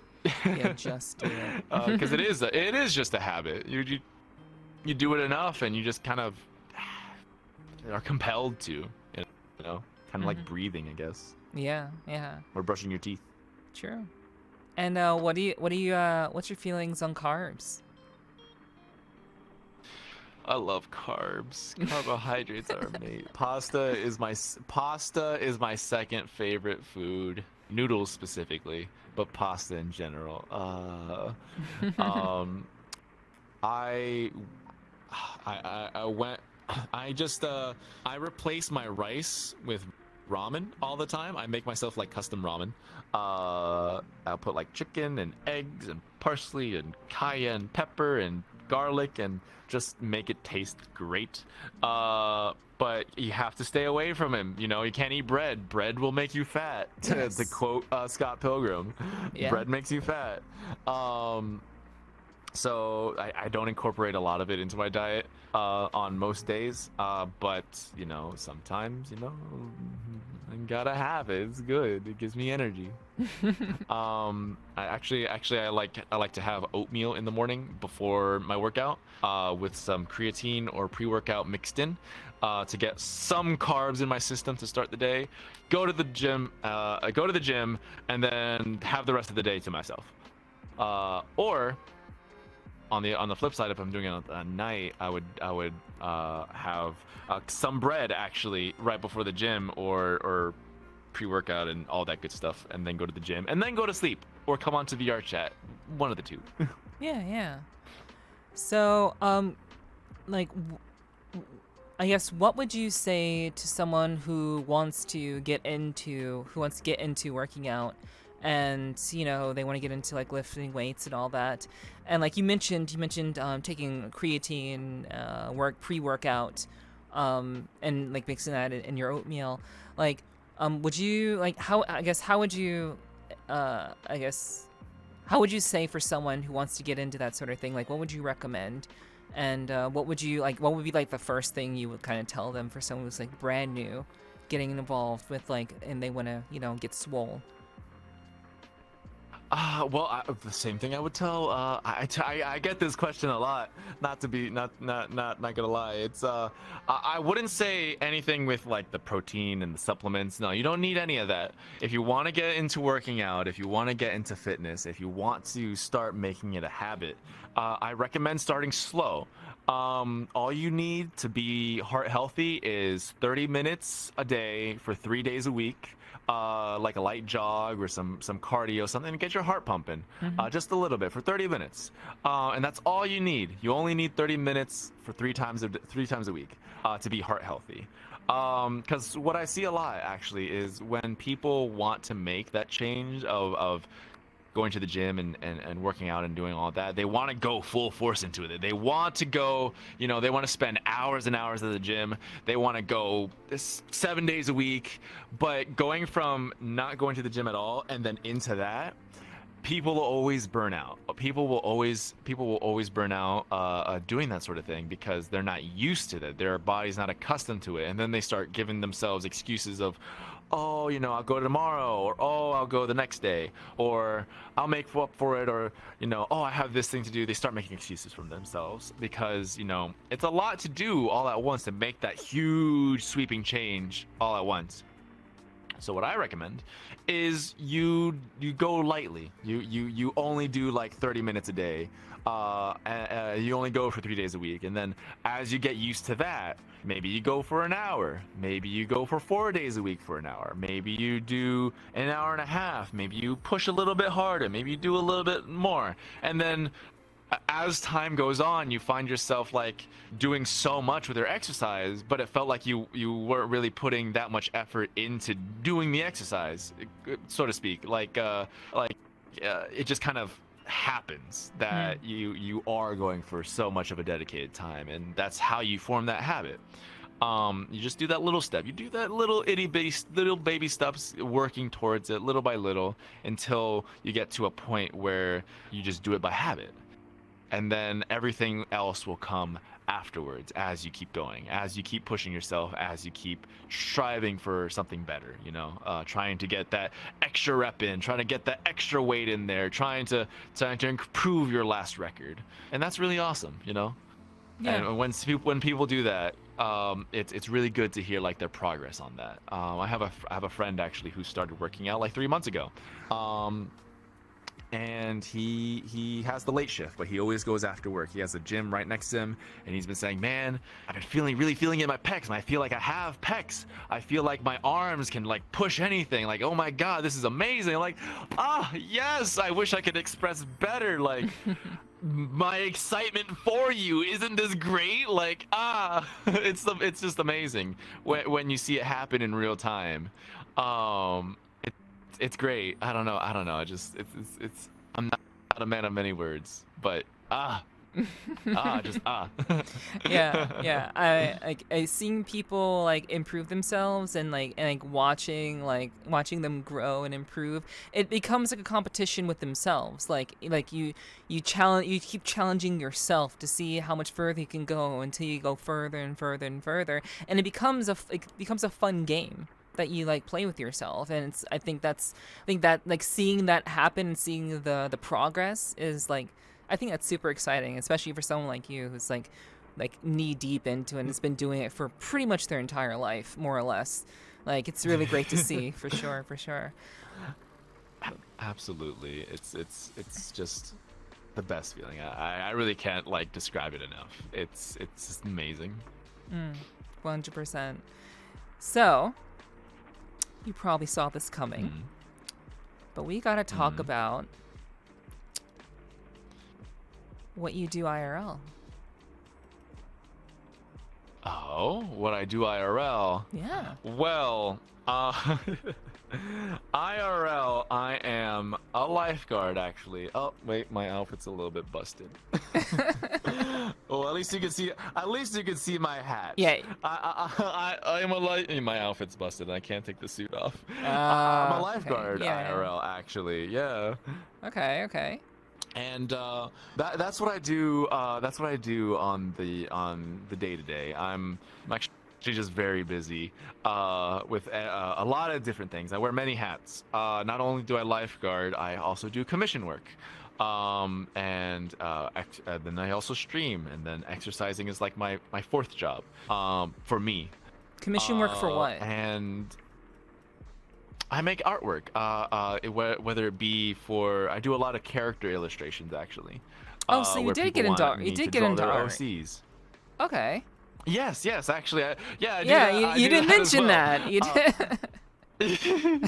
My longtime goal is still there of wanting to work as an artist for a company, television, video games, and all that. Yeah. But right now I'm just a lifeguard on my day-to-day. It pays the essentials. But also I'm an artist who does commissions on the side, as well as streaming, and that's what typically. All those take up a lot of my time. I'm very busy. I wish I wasn't as busy as some of my friends are, so I can hang out with them more and spend more time with them. Same. But responsibilities have to be done. So I gotta I schedule everything out. So that way it works for I can go to work, and then I stream, and then I get enough sleep, and then I also get my workouts and and everything else, keeping up with the friends, spending time with them. It's a lot. I have a packed schedule. Sorry. Yeah. Sorry, No. guys. I'm in the same boat as you. I'm in totally the same boat as you. Like again, like most people who've like gotten to know me, like they like it's like you're not going to see me like just like lollygagging on Discord. Like I don't like I want to hang out with people more. I want to be in the Discord calls, but like I just can't. Like I just can't. I can't do it. I got too much stuff going on. I gotta focus. So like I totally get that.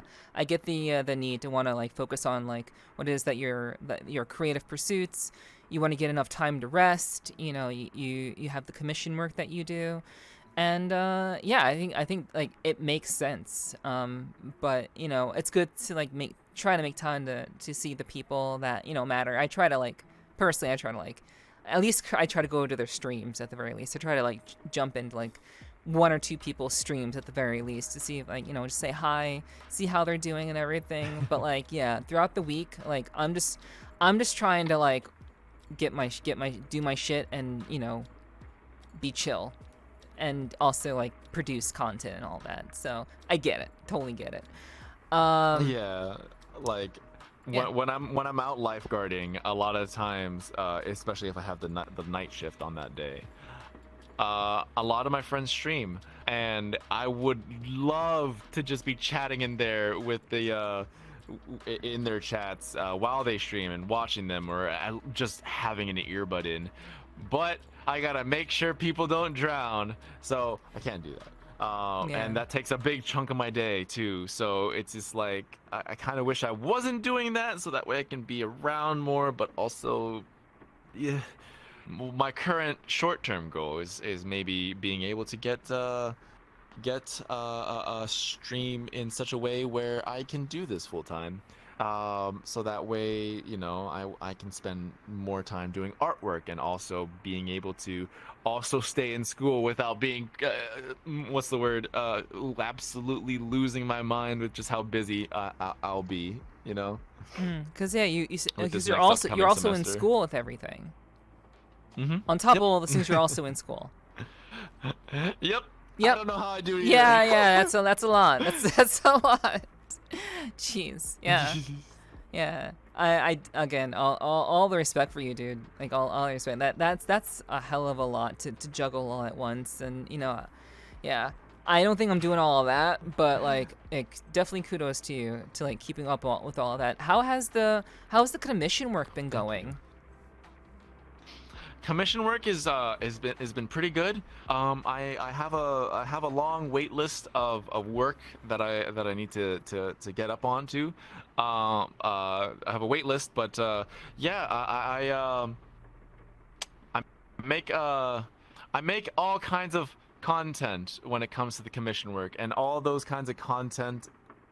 Unfortunately, I wish I could stream it onto Twitch, but I can't. Content. But that's actually where those content. Yeah. That was actually my first two go-arounds of Twitch, where I would be streaming artwork, but I was not yet the yellow bean that you see today. I looked completely different. I took some inspiration from some of the people I look up to want to be a content creator, a streamer. And in fact, I actually wanted to be a YouTuber at first, but I didn't know how to. I've been there. But I thought, I thought, streaming would be nice. I can meet friends and be cool, and I wanted and stream my artwork. But then I also found that I like what I like, and so I take a lot of that other content to do commissions for, and then like, oh wait, I can't put that on stream. Darn it. But it's nice. It's nice. It's I get a lot of cool ideas from people that they want to be put on a page, and I'm like, I like that. Okay, I'm gonna do that. And actually, I just finished a piece. I finished some gift art for somebody for their birthday, Nice. and I hope they just love it. I already gave it to them, and then I heard what they've said already about it. But it's just like, I hope they like it. I got bois. It's good. It's nice. I find artwork a very creative, a fulfilling field to for me to do things. I don't know. My goal is also maybe a long-term goal is to be make something that people will be awe-inspired by, to make people, I guess, look up to me, like how I look up to the people I look up to. In a weird way. I don't know, like something that is worthwhile, something that's worth lasting, something that's worth people talking about. You want to be remembered. A lot of creators and artists. There we go. Thank you. Yes, absolutely. I guess I want to be remembered for something.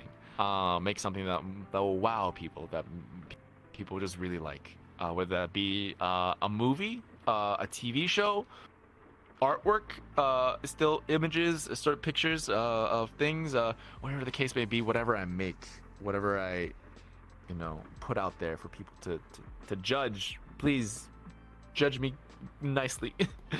I hope to impress one day. But I'm still learning. There's still much for me to learn. And I guess I won't know when that day comes until it comes. But yeah. Yeah. I firmly believe that we should all be learning. We should always be learning, no matter what. Like no matter how old we get, we should always be trying to learn new things and trying to improve ourselves, improve our depth and breadth of knowledge, and increasing our skills and the things that we enjoy. I think that's very, very important to me. I think everyone should really kind of strive for that sort of thing. So hopefully maybe they can do something that's worth remembering. I too, like that's like my ultimate goal. Like, I mean, obviously I'm a streamer, but like at the end of the day, like I hope that at some point, like, I'll make something that people will remember, and that maybe I'll make something that, not just will make people's day, but will also be something that like people will look at years from now and will outlive me. Like that's really what I hope. But we can only do our best with what we got, and hopefully we'll get to that point at some point. But yeah, I think just at least having the mindset of like trying to do things that are meaningful and that will hopefully make a difference in people's lives, that will like live for however long. I think that's a great place to start at the very least, because none of us know that if we're gonna make something that's like gonna be remembered or anything. But at least we have the mindset and the goal to like aim in that direction in the first place, right? And I think that's just amazing. I mean, as an artist, I always think back onto that meme or one of those images that I've seen. It's just like you see a modern digital painter's like, oh, I don't know if I'm gonna be ever as good as the old masters. And then you go to like a person in like a Renaissance garb, it's like, oh, I don't know if I'm gonna be ever as good as the old masters. Then you go to caveman and he says, I'm the best. And it's just a cave painting on the wall, like, I'm the best. Yeah, there's no one to look back to. It's just like I did it first. I did it first. Yeah. But yeah, that's all really, really interesting. So how long have you been doing lifeguarding for? Has that been something you've been doing for a long time? Lifeguarding is just it's a small little side gig. I mean, I've only been doing it for just about a year or so ish. About before lifeguarding, I was just kind of in retail. I was kind of in a period of where I was just floating along, not really knowing what I wanted to do. And I kind of got tired of it. I was just like, I was just doing things, floating, just living, not really pursuing anything. I was not the most driven. How you say driven individual, where my schedule is packed with things to do. And at some point also, along with what was previously said, it's just like I want to do something where I want to make something worthwhile for people. And lifeguarding is just kind of like a thing I do to pay the bills. I mean, I got certified and I thought it was like, oh, okay, it's neato, but it's very just, it's all right. It's honestly kind of boring. Not everybody needs saving every day. Not to say that I want people to be drowning all the time. I'm just saying that being up there watching the water, it's just like, God, I kind of just wish somebody would like get caught in the riptide or something, and or something. I don't know, just to break it up. Yeah, I don't want people to break up die. the monotony. It's good that it's boring. It's Yeah, good that it's boring. But it's just a lifeguarding is a very static kind of job, and honestly, I just wish I was doing something other than Watching the working water. towards something. Yeah. Yeah, I'm just watching the water, seeing the waves, or if I'm stationed at a pool that day, I'm just watching people splash about. Sometimes I want to falcon kick the kids into the pool for not listening to the rules. Yeah. Yeah. but no, it's all right. What was I saying before? Is just that yeah, it just pays the bills. Before I was just moseying along with the job, not really focusing on anything, and so just lifeguarding is another step through just getting through life, but with the added benefit of everything else I'm doing on top. So honestly, there's not really too much to say about lifeguarding, though. It's just kind of in the sun. I like being outside, kind of, and it's just nice, just in the water, get splashed sometimes, and it's a good time. Nice. Is it is it for a pool or the ocean? Both. Both. Depending on Okay. where I'm stationed. Yeah, I can't say exactly where, but Oh yeah, of course, yeah. Depending on where I'm stationed, I'm either on the beach, or I will be at a local pool, doing the same thing. The beach is nice, but sand everywhere. It's coarse and rough. Yeah, It gets it gets everywhere. Yeah. Start. Did you get the reference? Did you get the joke? Star Wars joke? Oh no, sorry. I'm not a no, big Star sorry. Wars. Okay. I'm not a big Star Wars watcher. Sorry. I No missed worries. that geeky bus, unfortunately. That's fine. Yeah. It's okay. I mean, I've seen a lot of but- anime, but it's for me. That's Star Wars. Yeah, not much Star Wars. I'm really big. I'm really big into all the nerd culture. As far as I can actually get into. But no, yeah, it's a lot of sand everywhere. Face palm, Fifi. How dare? It's the beach is nice. The waves, you get salt everywhere though, but it's awesome.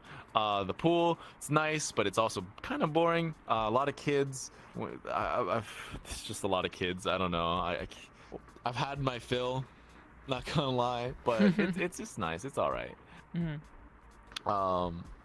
Nice. Here being Florida man, it's in the sun. It's blue skies most days, but Yeah. can't really say too much on it though. Okay. But I'm sure you have a good bit to say about your another thing that you've done in IRL. Your modeling.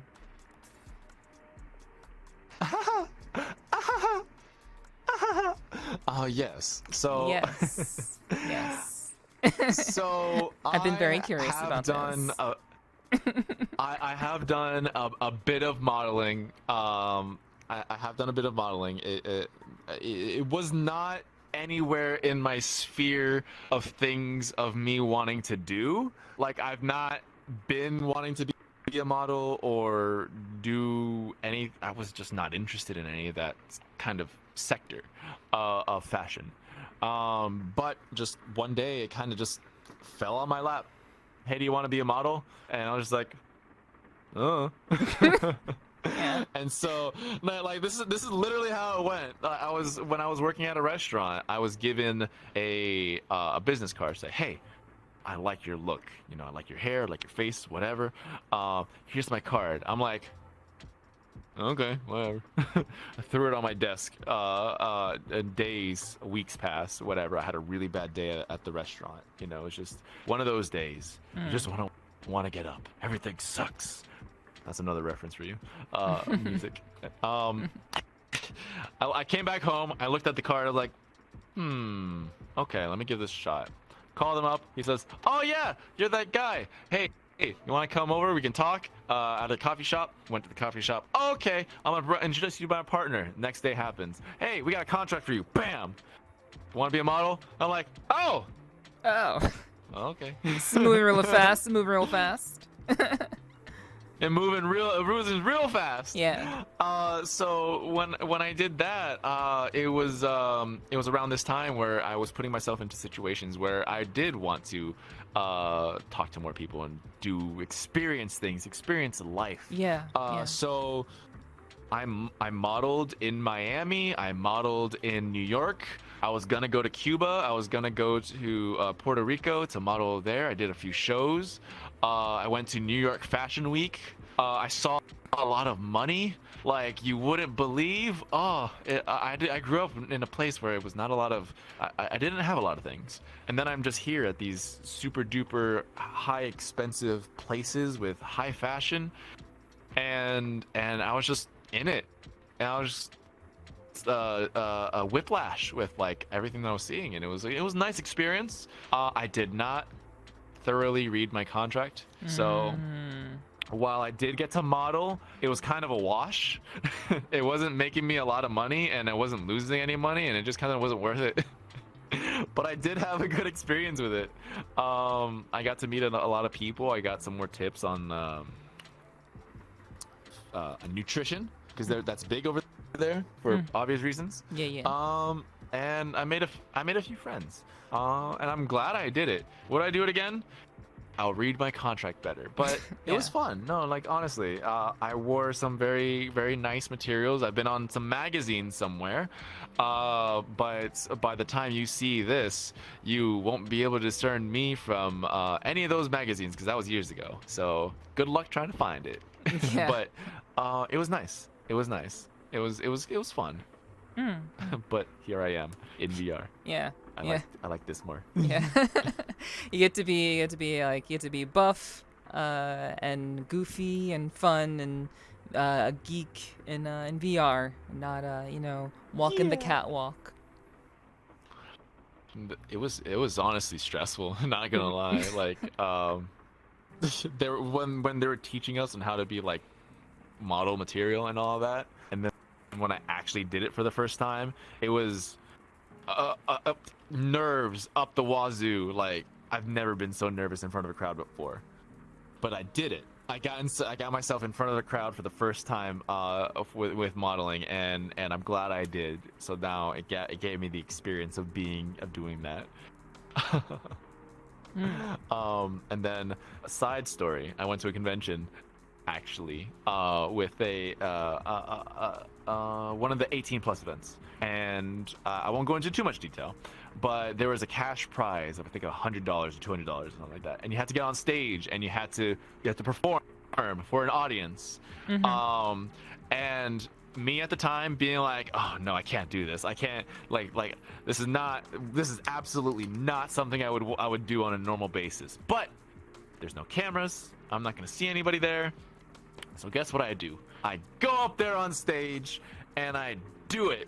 I was so nervous. I did not want to be up there, but I pushed myself to do it because I was like, you know what? It's an experience. It's gonna be something to tell. Yeah, it'll be a good story. I don't know. It will be a good story. Do things that would make a good story. Yeah. Is what a lot of people say. I don't know how graphic you want me to for the YouTube video, but it was good. I would definitely recommend to anybody to put yourself in an uncomfortable position to make a good story. Sometimes, you know. I would. It's nice sometimes. I'm glad that I did it. Yeah, I would like to know the details though. We're far enough in the YouTube video that it shouldn't get flagged for anything crazy. So. Okay, so yeah. I had to do a striptease with pasties on. Oh. And the pasties that they had to put on, like for the guys and the girls, for all of us, it was like a random draw, and I had to wear these pink and red butterfly sparkly pasties on stage in front of like a crowd of like maybe 100 people or so. It was a time and a half. Yeah. And I mean, you would think I was modeling before this. This shouldn't be hard. Oh, it was hard. Oh, it was not a good time. Well, I was like, what am I doing? What am I doing? What am I doing? Just have a happy face, make nobody see how nervous you are. And I was like, no! Why did I go up there? Oh my God! I didn't win. I did not win the money. Oh, that's a shame. Yeah, I didn't win. I tried my best. I was gonna be like, Damn. if I win this, I can make back all the money I spent at the con on the merchandise. Yeah. And then it's like, no! I didn't win. I was like, oh, damn it. And at the time, after it was all over, it's like, I'm never gonna do this again. But now, after some time has passed, maybe I'll do it again. It would make a good story, and I'm glad I did it, but we'll see. Gotcha. Yeah. So, all right. So you said you didn't read the contract well enough. So what was basically the thing that kind of like you're like, okay, I've been doing this for a while. This isn't really working. I should just drop out. Like, and how did you go about like kind of like exiting that? But what was the thing that you missed? The thing that I missed was there was no stipulation about travel expenses. So basically, all my expenses that I had to go and do were paid by me. I had to get the flights, I had to get the hotels, I had to get the cars, everything. And then the money made from the modeling gigs would pay for all that. But all in all, I wasn't making any money effectively, you know, because of all the expenses versus what I was making. It wasn't worth it. So if anything, I was supposed to maybe stipulate into the contract, like, hey, maybe the agency should be paying for this, not me. But being young and naive and silly and goofy and yellow and beanie, I didn't do any of that. So if that were to happen, I would definitely make sure that would be the case. But the contract at least allowed me to exit from the agency that I was with at any point in time, or if they wanted to drop me, they could. And so it was just fairly simple. I just kind of stopped showing up. I didn't exactly leave on bad terms, but I also kind of just left them hanging. So I just got an email saying, hey, you know, because of contract, this is now this. And I was like, okay, that's fine. You know, it's no biggie. Yeah. At least when I got the modeling experience, you know, it was an experience. I'm glad I got to do it.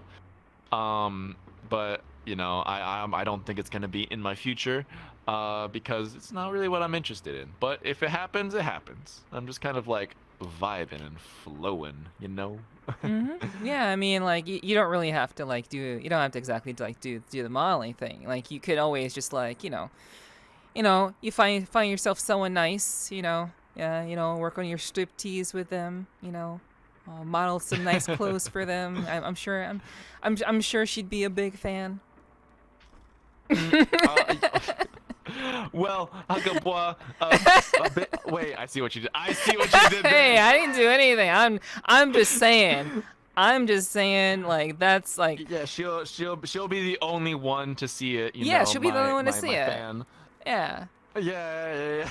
And then she can like brag to all her girlfriends that like have you seen my guy? Did you know that he models? Like have you seen how buff he is? How doesn't he look so great in this shirt? Like yeah, I mean that's the shit that happens. That's what we do. Funny you say that though. Funny you say that. Oh, what? Something else. Funny you say that.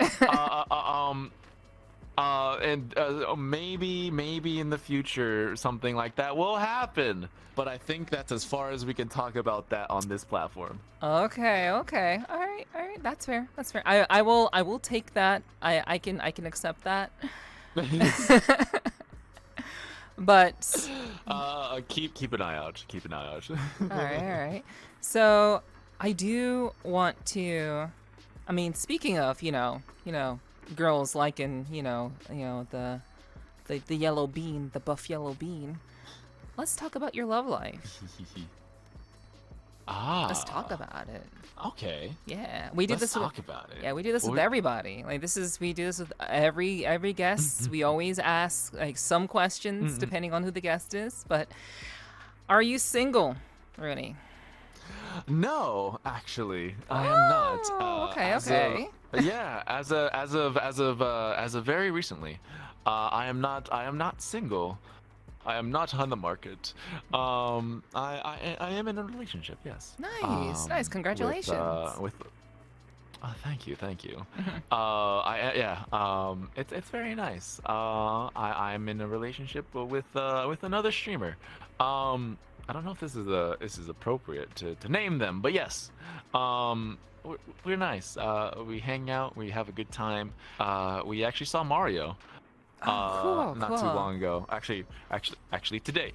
We saw Mario Yeah. and also D&D today at the movies and had a picnic Oh, and wow, that's had some nice. good snackies. Yeah, it was really nice and it's good. It's good. Yeah, that sounds like I a don't great know what- time. I don't. I thought. Oh, it was wonderful. Oh, it was a lovely time. But yeah. I am newly off the market. But before that, I was like on the market for like 4 or 5 years. So this is almost new for me. Yeah, yeah, yeah. That makes sense. That makes sense. Um, but yeah. So I guess like why do you like okay, were you how to ask this question? Were you deliberately single for that long or was it because like for a specific reason? Well, I mean, I think that would be deliberately. So if were you deliberately single for that long or was it just like no one came along that was really kind of who you were looking for? The latter, actually. Not for lack of trying, but the dating scene for me has notoriously been very difficult. For That's one reason or surprising. another. It's not like I've seen you. I haven't seen you in person, like for what it's worth. But like, but go on, go on. I think it's been. I think maybe because I am a very dense person. In fact, I have the most hilarious story for you. Okay, great. Let's hear it. So, and you'll understand why I have been single for so long. For so long, I got it into my head that no one's into Runey. No one really is that into me or anything, and they're just being nice. I don't want to be like the weird how you say milady type that will take any niceties from anyone of the opposite sex or the same sex that for flirting. Right. And so I just trying to treat everybody nicely and cordially, and just be friends with everybody. I don't really think too much ahead is in terms of relationship stuff because I guess I thought that nobody really liked me like that. So that being said, when I was working at a restaurant as a host, which is the person who greets the people entering the door and gets them to their seats. We had a new host that a newly hired host that I had to train, and that we got to know each other, and then there was like the assistant sort of thing. We work as a partner. Anyways, Right. one day she needed to borrow $5, right? And I said, okay, no worries. Here, take this. And like, okay, I'll get you next work shift. Next work shift comes. I completely forget about it. And she's like, oh no, I think I had the morning shift. She had the PM shift, or one way or another. Oh no. I forgot to give you your money, and you're leaving now. Well, I can bring the money to your place tomorrow or whatever. I'll go grab it, and it'll be nothing. Don't worry about it. And I'll be like, okay, yeah, no worries. So what she does is she was like, okay, where's your address? And then I'll come give you the cash. Okay. So. Yeah, kinda. I know where this is going. So I'm just like, in my jacket and my, comfy clothes, right? She drives all the way over. She's like, hey, where's your place? Come out of your apartment. I'm outside. And I'm like, okay. I come outside. She gets out of the car. She walks up. I come to her. I was like, hey, good to see you. I was like, she gives her the money. It's like, here, thanks. I'm like, oh, thanks. Bye. Bye.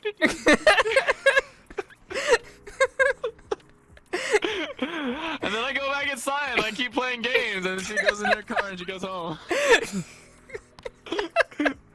And then the kicker here, a whole year or so passes, and I'm telling this story to somebody because it's like, you know what I found really weird? You know, this one girl, she just, you know, it was only $5. She didn't have to go over. I could have just gotten the money, you know, next work shift or whatever. It's just $5. You didn't have to make the whole drive. And then I'm like putting it together when I'm saying it, it's like, wait a second, hold on, wait a second. Oh my gosh. Wait, oh my gosh, it was into me. Yeah. Oh. Yeah, I mean, for your credit, you're not supposed to read people's mind. Like for your credit, like you can't read people's minds. So, but I mean, if she's like asking for your address and like going the extra mile, that's kind of, Yeah. you know. Yeah, you know, it wasn't until after I left that place and I moved on to other things, you know, that I was just like, oh, so again, it's not. I haven't really been single for because of like reasons. Oh, excuse me. I haven't been single because of not for lack of trying. I'm just very smooth-brained a lot of the time, and I miss the opportunities that come to me. But it's it's finally changed now. Yeah, you like. So in this case, was it you being smooth brain, and like were you actually like aware of it? Like in this case, was it you being aware, or was it like her not relying on her actions and you not reading her mind, like, and her just being straightforward about it? Was it you who figured it out, or was it like her being straightforward and then you didn't have to figure it out? Well, it's more so that like I think I like took a leap of faith because I've been into this person for a bit, but because of circumstances, I sort of psyched myself out of wanting to also being in a relationship for a bit because of just where I am in life and what I do, and both our circumstances being the way that they are. But you know, I was like, let me give it a shot. You know, I'm gonna just do it. And so I did it. And you know, we were talking for a bit. We were actually friends beforehand for about a year or so.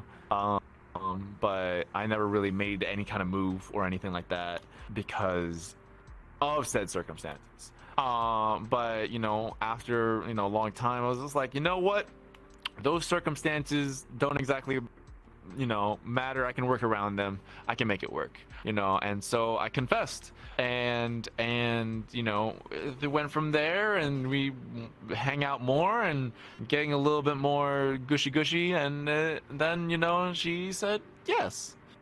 So I don't know. I don't know if I have the suaveness or I may be smooth, but not in charisma. just in the brain.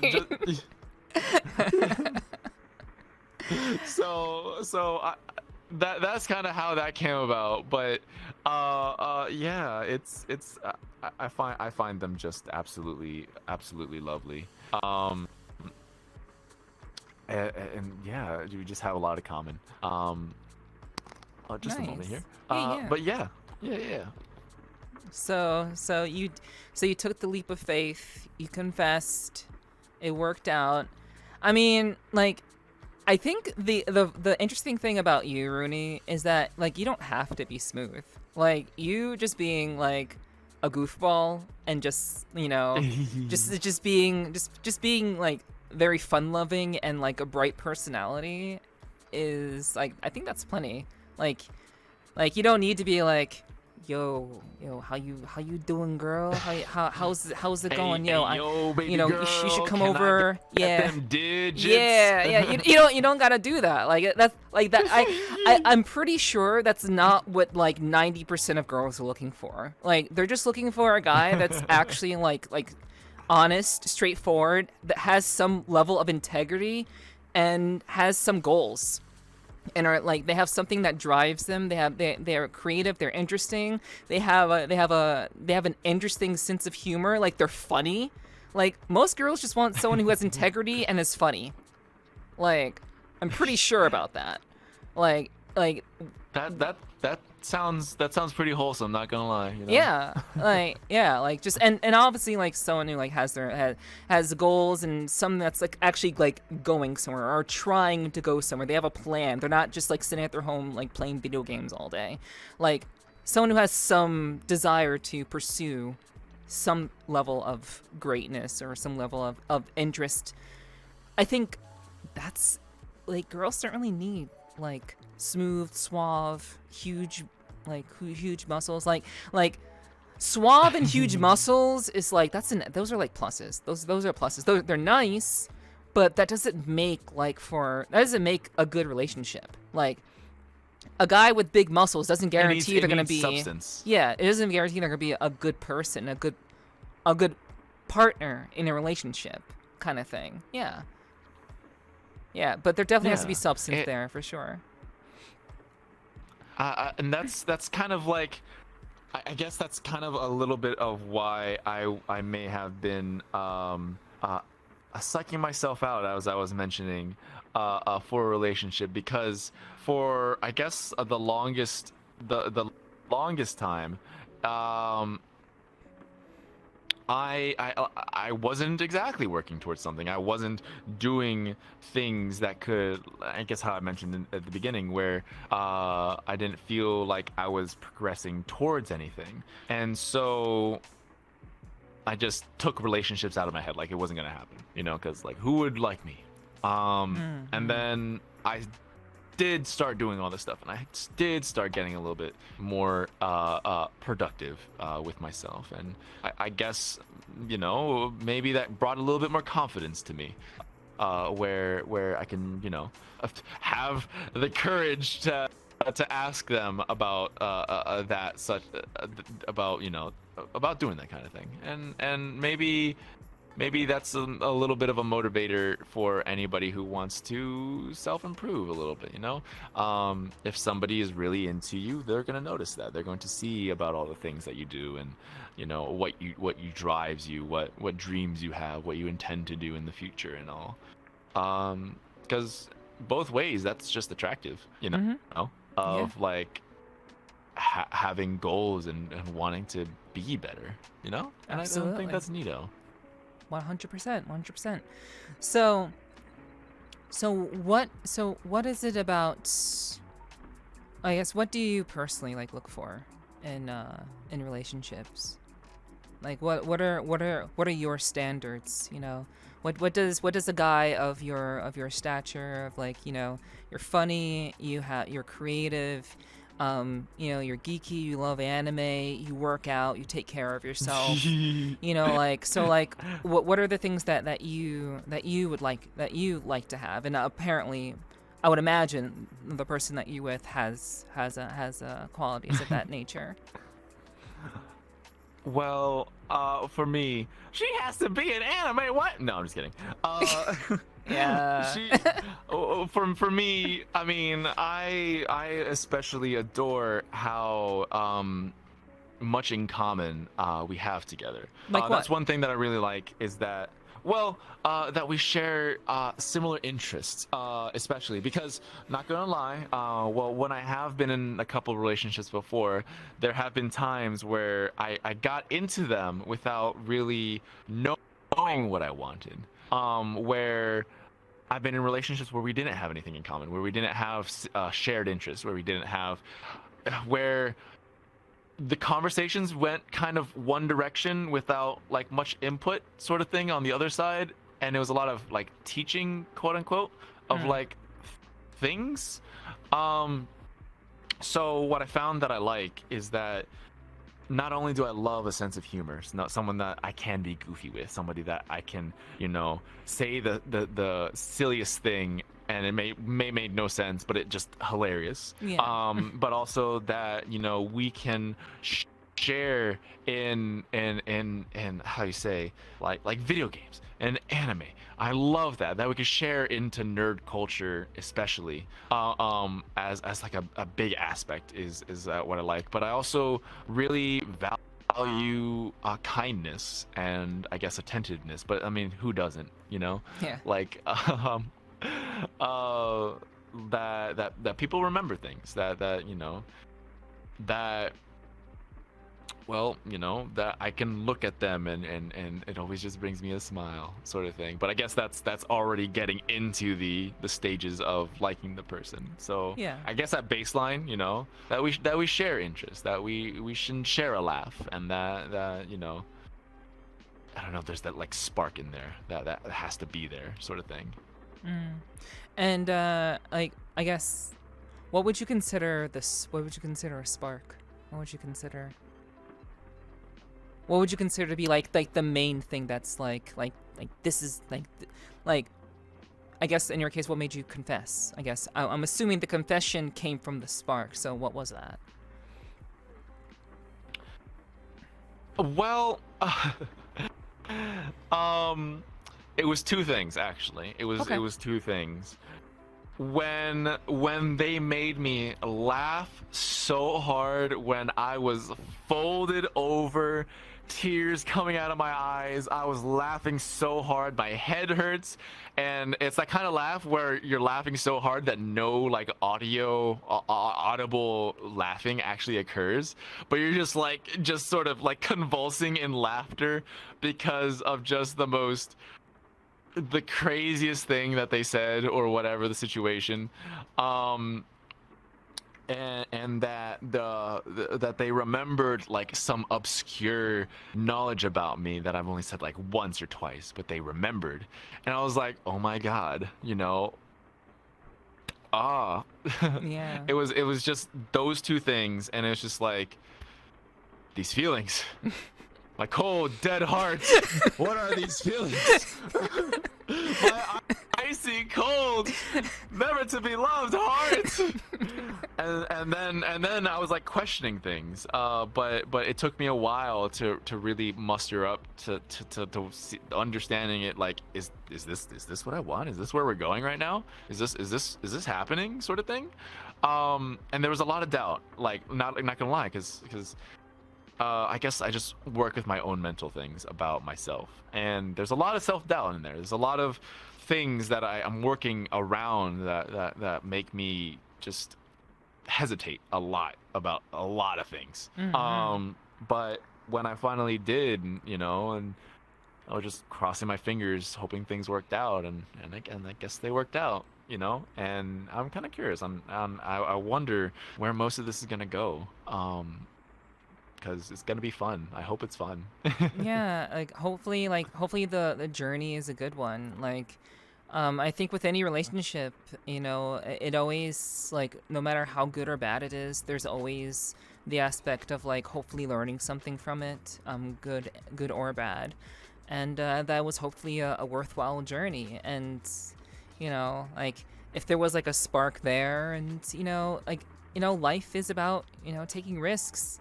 It's about having those experiences and trying something that that you think will be good, but you have no idea where it's going to go. We don't see the future, and that's what makes life so fascinating, because none of us knows the future. None of us knows where things are going to head, and if it's actually going to work out or not. But we're on the journey. We're giving ourselves a chance to experience something that we wouldn't have experienced otherwise, and now it's just a matter of seeing what happens next. And I think a lot of that has to do with not only ourselves but also the person that we're with, and as long as the two-way street is paved clearly and concisely and with as few bumps as possible, though bumps will exist. It can't be a perfectly paved two-way street, but it should be like pretty damn good. I think there's potential.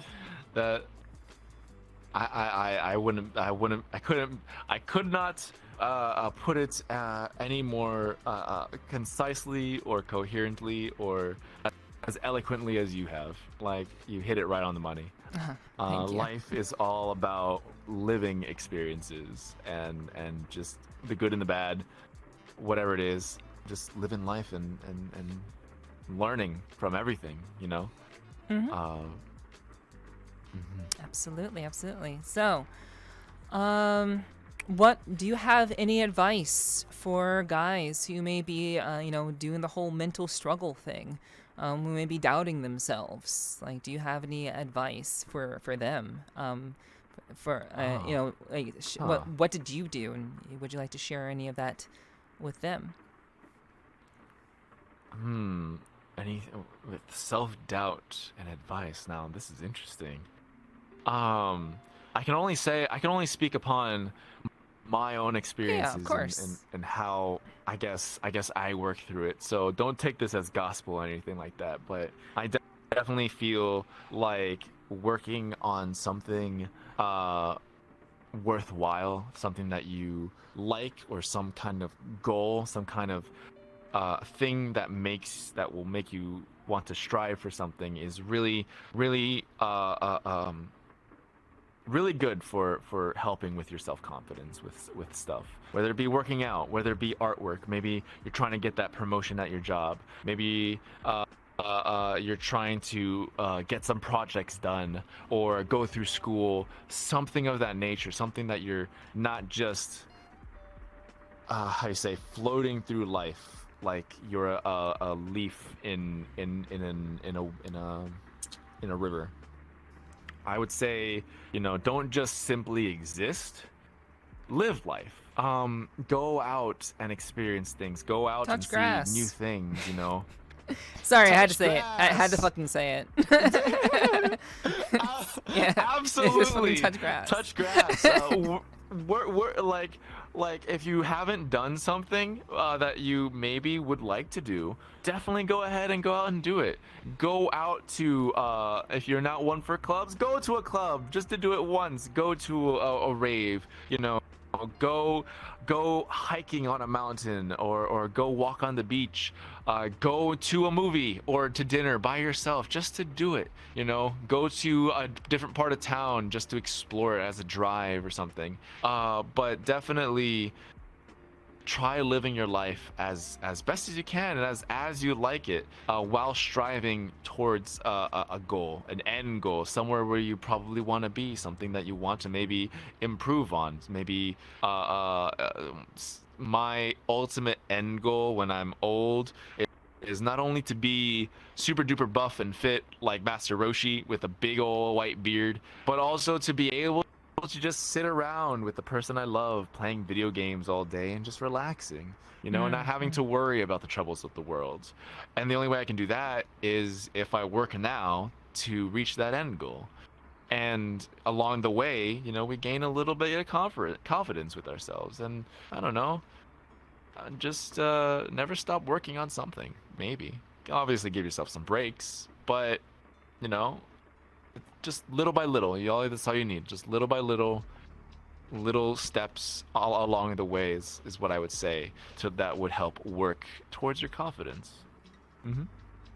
Yeah, and like if I had something to add to that, like the end bit that you said about confidence, I think that's the most important thing. Like if you said something very, very important when you mentioned it was when you started to work on yourself. I mean, you were already physically working on yourself, but you start mentally working on yourself. You start socially working on yourself.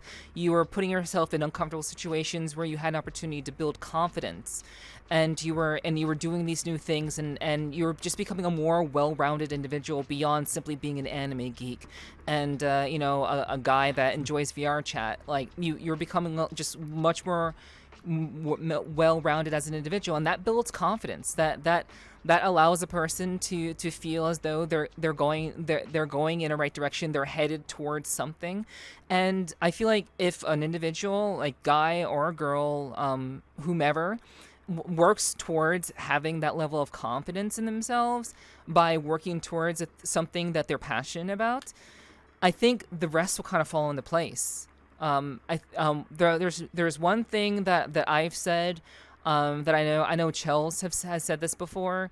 I think even Amon said this, and we all agree with this sort of thing, that the sexiest thing that anyone can have is passion for something that they enjoy. Like, not only just having confidence in general, but having passion, being passionate about something that means something, that they're working towards, that they're constantly improving themselves on. You're very passionate about your fitness, and you show that through your streaming. You're passionate about streaming in general, and like, you have those aspects to yourself that I think are just innately very attractive to someone who may be looking for a partner. And yeah, I think if someone was working towards those aspects, I think that's gonna make all the difference when it comes to, confessing, or just having the confidence to confess. Because, like, if you're already focused on something that you're passionate about, confessing to someone and getting turned down, that's like the least of your worries, like, I would say. Because, like, what's the worst that's gonna happen? They're gonna say no.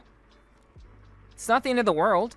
It sucks, but at least you have your passions that you can go back to, and like we said earlier, loving yourself, being the best version of yourself, and that's all you can continue to do, in my opinion. If you're doing at least a couple of those things, I think anyone's going to find you attractive, especially if you're working yourself mentally and physically. I think that really makes all the difference, at least from the feminine point of view. Absolutely. Oh my gosh, you're making me blush. Hey, Wow. I told you I'd stroke your ego a little bit. I told you. That's what I do. I do that a little bit. That's what I do. Yeah, it is. I like the cut of your jib. Yeah. But I do want to talk about your streaming. I want to talk about your streaming, and then there's one.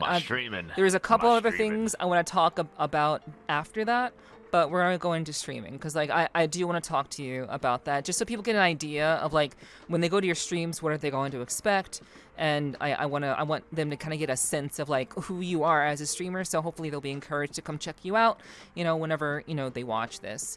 So your name will be in the title, so that's really obvious. We don't really have to go over that. But you said this is your third time trying out streaming. Yes, this is my third time trying out streaming. I would say that this is my most successful and also my most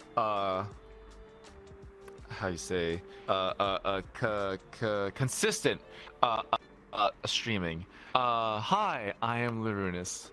I have started streaming before as an art streamer, but also I did a little bit of gaming, but I was so inconsistent about it because I was just so nervous, and the stresses of being a streamer that come with it, at least initially, were just a little bit much to handle for me at both of those times, and therefore they kind of didn't pan out to as well as I wanted to. I originally wanted to do a little bit of Minecraft when that was big, and then I wanted to do a little bit of Halo. I wanted to do my art streams and make just artwork for anybody who would show up, and it was a little bit here on Twitch, a little bit on other sites, but namely those two times didn't really pan out. But I gave it another shot. I had the confidence built in me through actually my friends, where not only OrendCross, shout out to her for being such a thriving influence in mine head over here, about just things. She's got a brain on her, and she knows how to do things. Not only through her doing her streams, but also the friends that I made here on VRChat, excuse me, have also like encouraged me to do so. That they say, hey, you should probably stream. Hey, you should do this. And I was like, oh, but I did it before and I'm not really good. But they gave me a newfound confidence for it. And what I wanted to do was, because of the friends here that I made on VRChat, and all the fun times that we have here, where we would, meet up and just hang out, and on Fridays we would have some drinks and we would play some games and we would just vibe and it'd just be amazing. I wanted to share that experience with everybody else too, on streaming. I thought that'd be like, I wanted to share those good times for all those who would want to come in.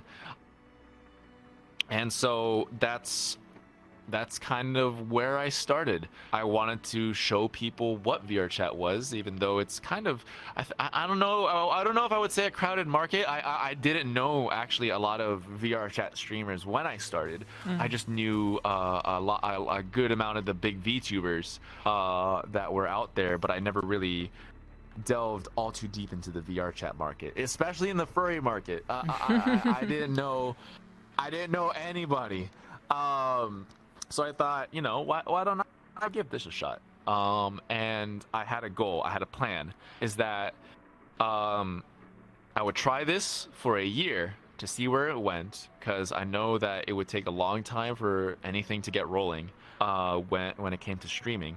It's very hard. Yes. But I knew a couple of things. You have to be consistent, and that if you make it or if you build it, they will come. And just have fun. All in all, gonna just have fun. So that's how I approached it. I started streaming and I did it with the goal of just having fun. If people show up, they show up. If they don't, that's okay, because I'm still having fun. And if something happens in a year, then so be it.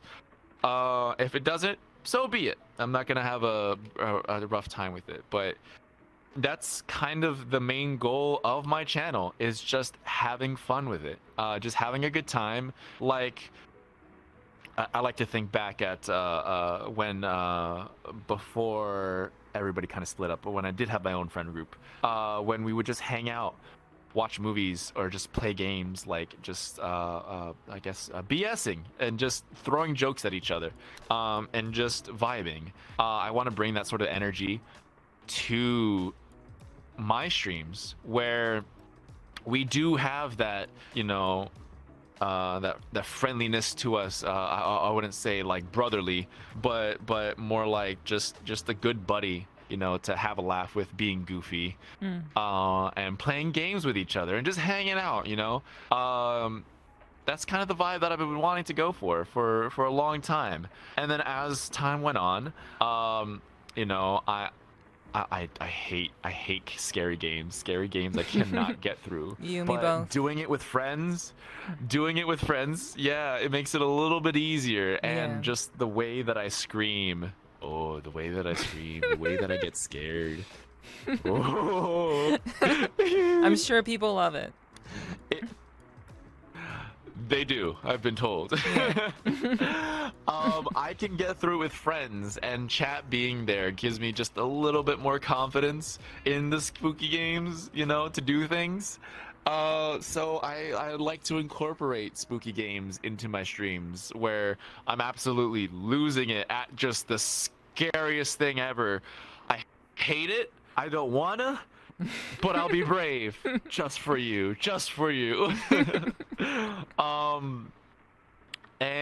And so I like to have a lot of spooky games, but then also as time went on, I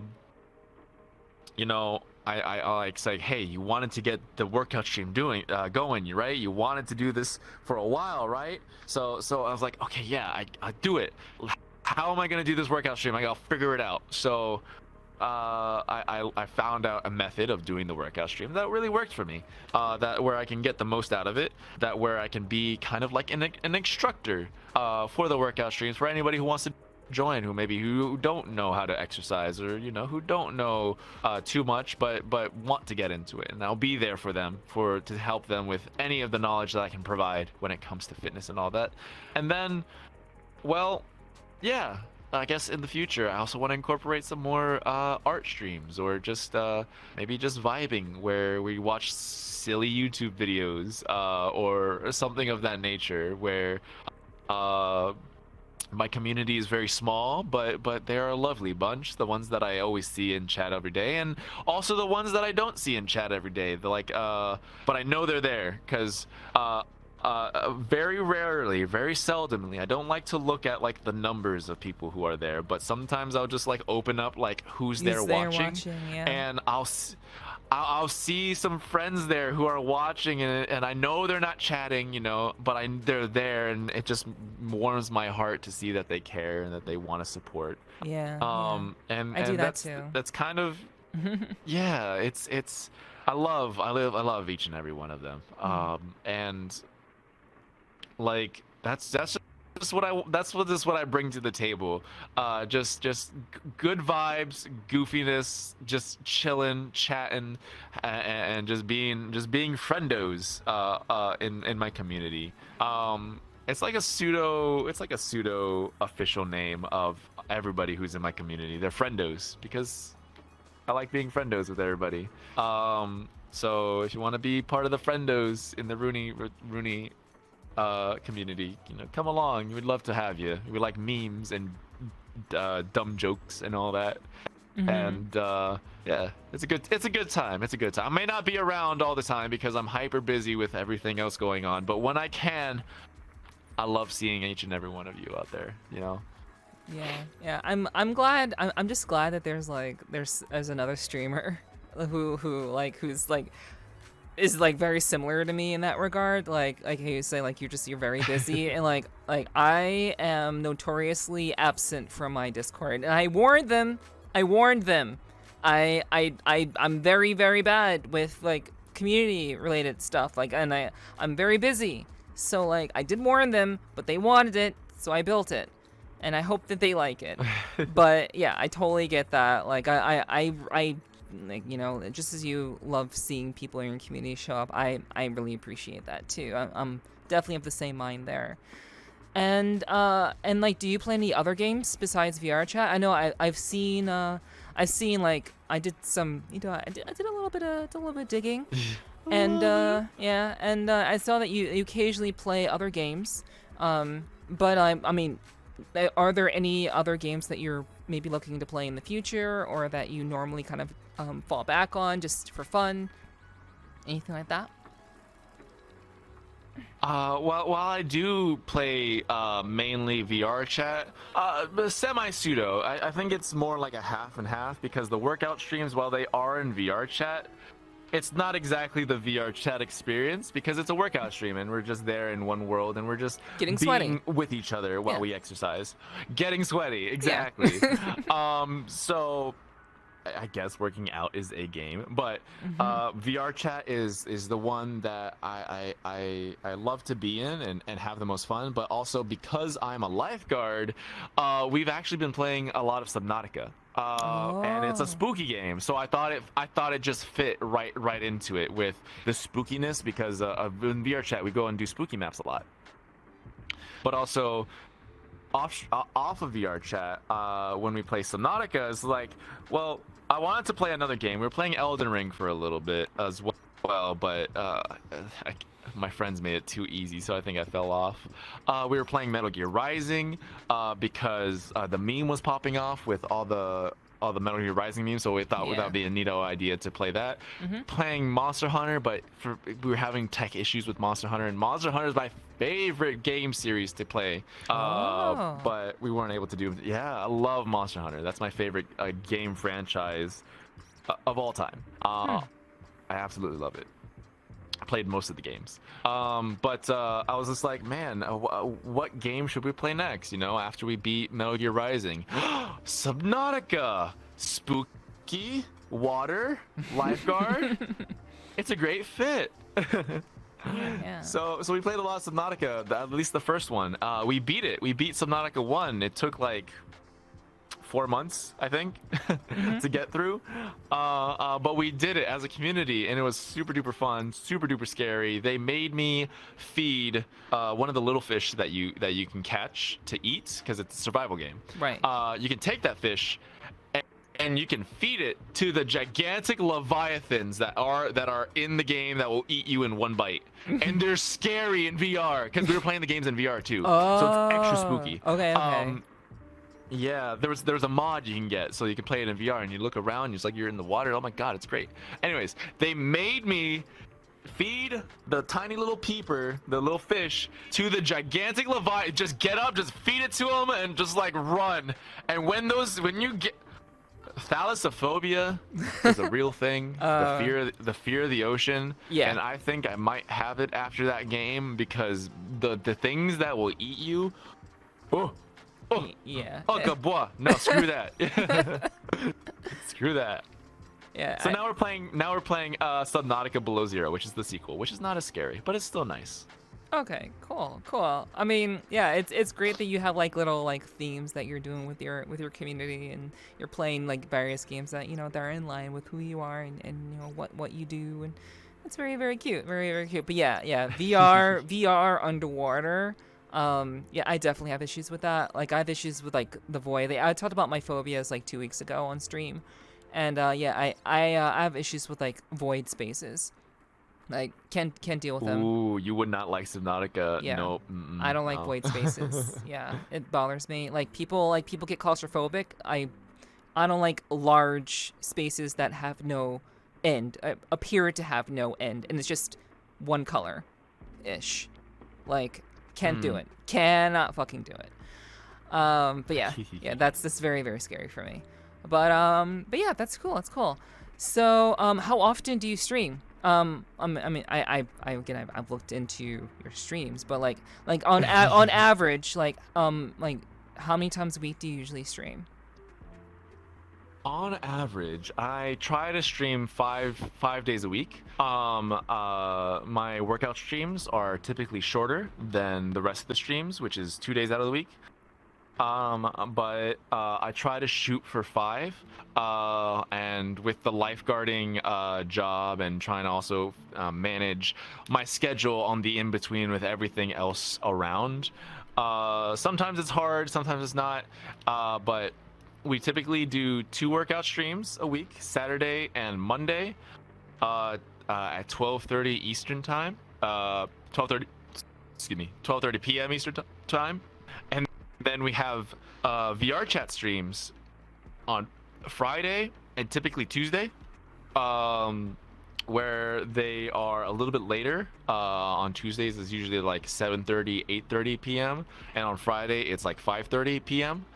And then on the other days, or on Wednesday or Thursday, depending on what's going on, we'll be playing a different game, a PC game typically, like Subnautica. And that'll start also after the lifeguarding, usually around 7:30, 8:30 p.m. Eastern time. And then we go on until maybe around 11. But on Fridays, that can go on for as long as we like. But typically, as the night goes on and as I'm starting to feel it, then we'll end right before I start to crash, sort of thing. But it's just a good old time, I want to do more with the community.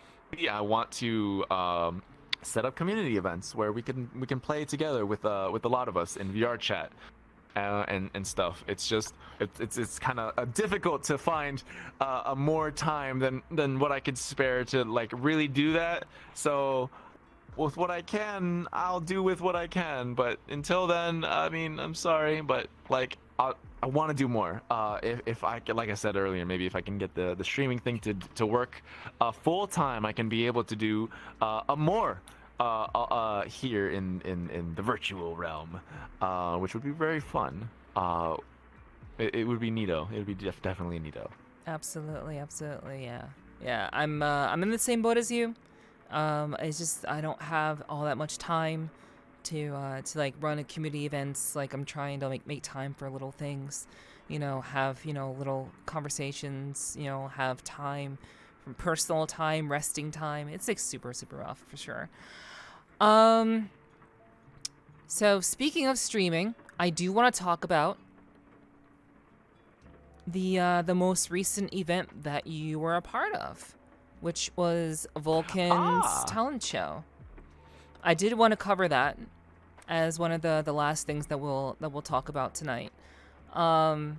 So for those people who don't know, you were the co-host of a talent show, the first talent show that a streamer named Vulcn created, and that was put on last Friday, and you were helping to co-host that. So I think it would be cool to like get a bit of your experience of that. How was that for you? And for you to talk a little bit about how that was, on your side of things.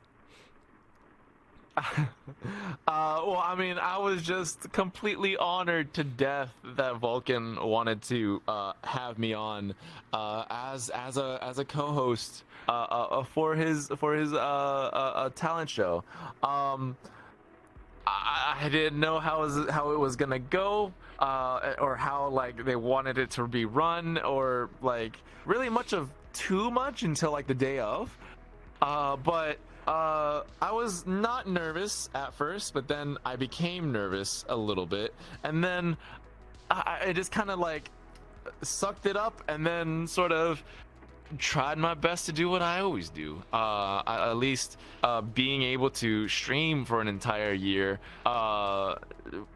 has helped me be a little bit more comfortable in front of an audience, and being able to just say maybe a goofy thing or two to liven the mood. But I don't know, it seemed like the talent show, it was super duper fun, and so many talented individuals came, and the judges were all so very, very fun to be with, and everything, and it went really well. Like heckin' Chelsea, he was giving tons of insight, and Neppy was being an egg, and Rex was there being poggers, and Jax was like I was starstruck.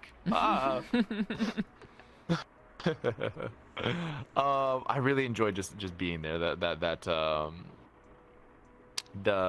Again, I'm just dumbfounded that anybody would come to me for the hosting gig. They were saying that I guess I'm just so very what's the word, personable, friendly, easy to talk to is what they mentioned. I'm like, oh, yes. Thank you. You are. I don't take compliments very well, but I appreciate them. I go, wow. God, compliments are hard for me. Not that I don't like them. It's just people saying nice things about me. That's nice. I don't know how to say thank you, but I thank you. So it was just a treat. It was just a treat. I had tons of fun, and I can't wait to see more talent shows that I think Vulcn will be hosting like monthly. And all the friendos, Chelsea and Neppy and all them, they're hello, like they're just a treat to be around as well. Yeah, I'd definitely do it again if they would love to have me. I just I don't know if I can be I don't know if I word noises. I hope that I can be of funny, good times that they're looking for, because that's just what I'm here for. I'm just here for the good times, just vibing. Oh yeah, and like I personally thought that you were a banger of a choice as a co-host. Like I watched, I believe, I watched the entire thing, and like I couldn't, like, I'm like, Runey was like, in my mind I was saying like Runey is like a great choice as a co-host, like just like as lively and as, again, personable and funny as you are. It just makes sense that you could definitely do the co-host, and like it made sense. It was so cool to see you doing that, and it was great to see like all the really talented participants. Vulcn did a great job on that.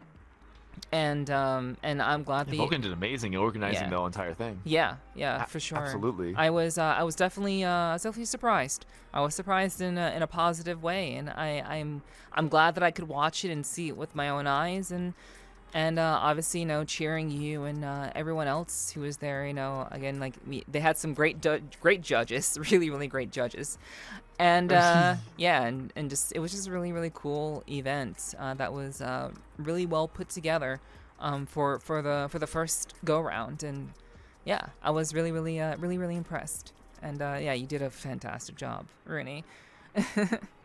Haka boy. Haka boy.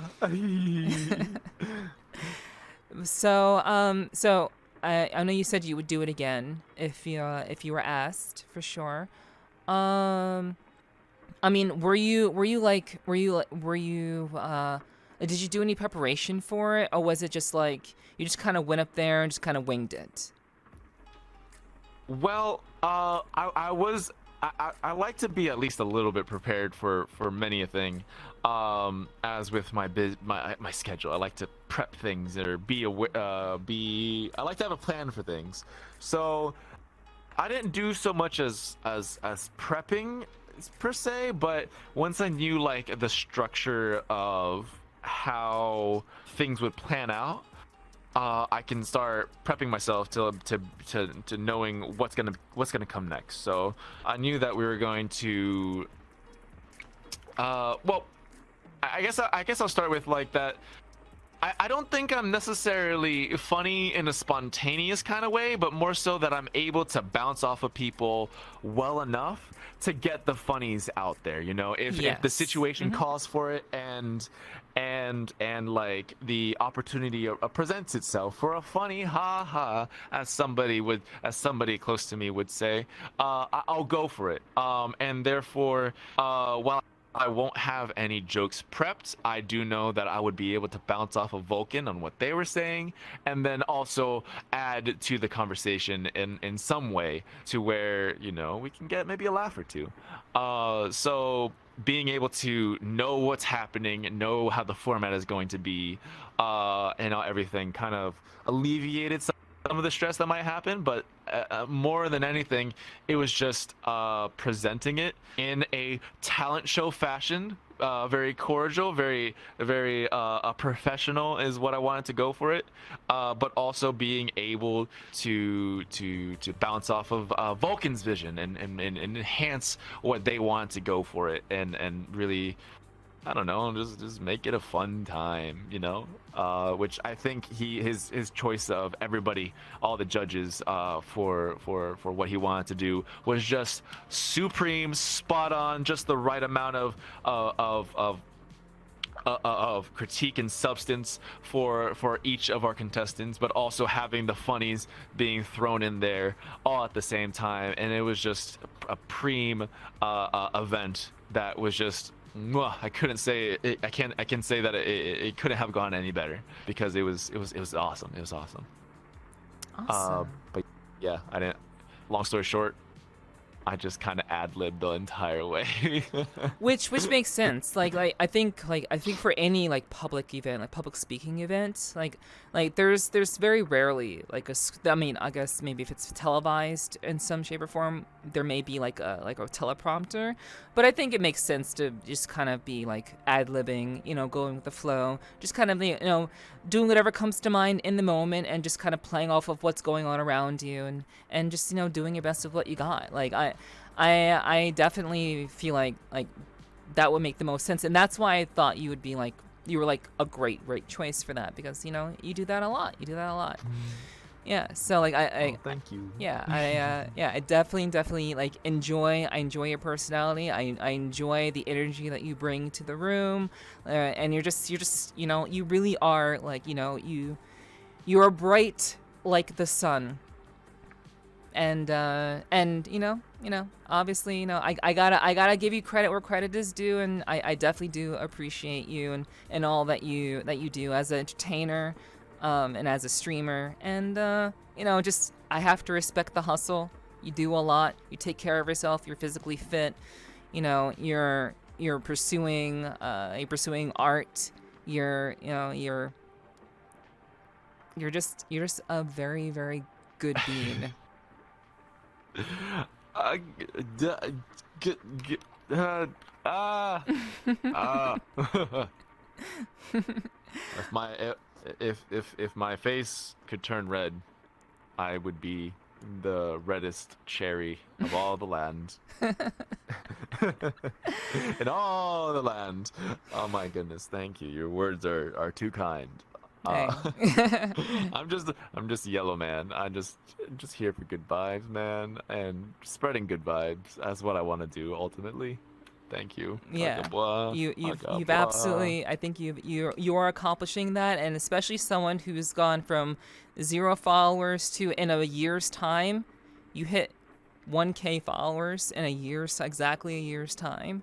Like, you're definitely making a very, very big impact on people's lives, and people love what you do.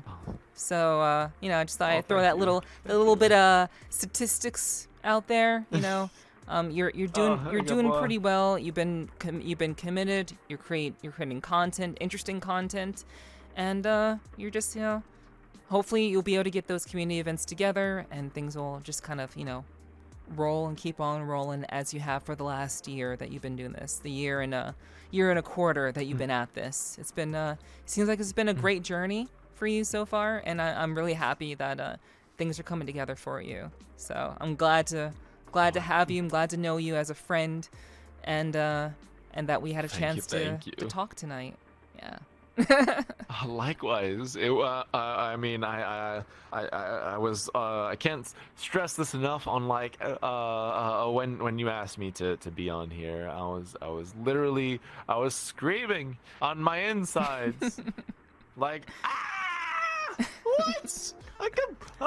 I'm being okay. I'll do my darndest. And it's just I'm just honored that you would have me on here for your lovely podcast. It's a grand old time. I can't wait to continue hanging out with you and being friendos into the wee hours of the morning and likewise and such and so forth. Indeed. And everything like that. Yes, indeed. Yes. But one last question before we wrap things up. Why don't you like being called cute? I'm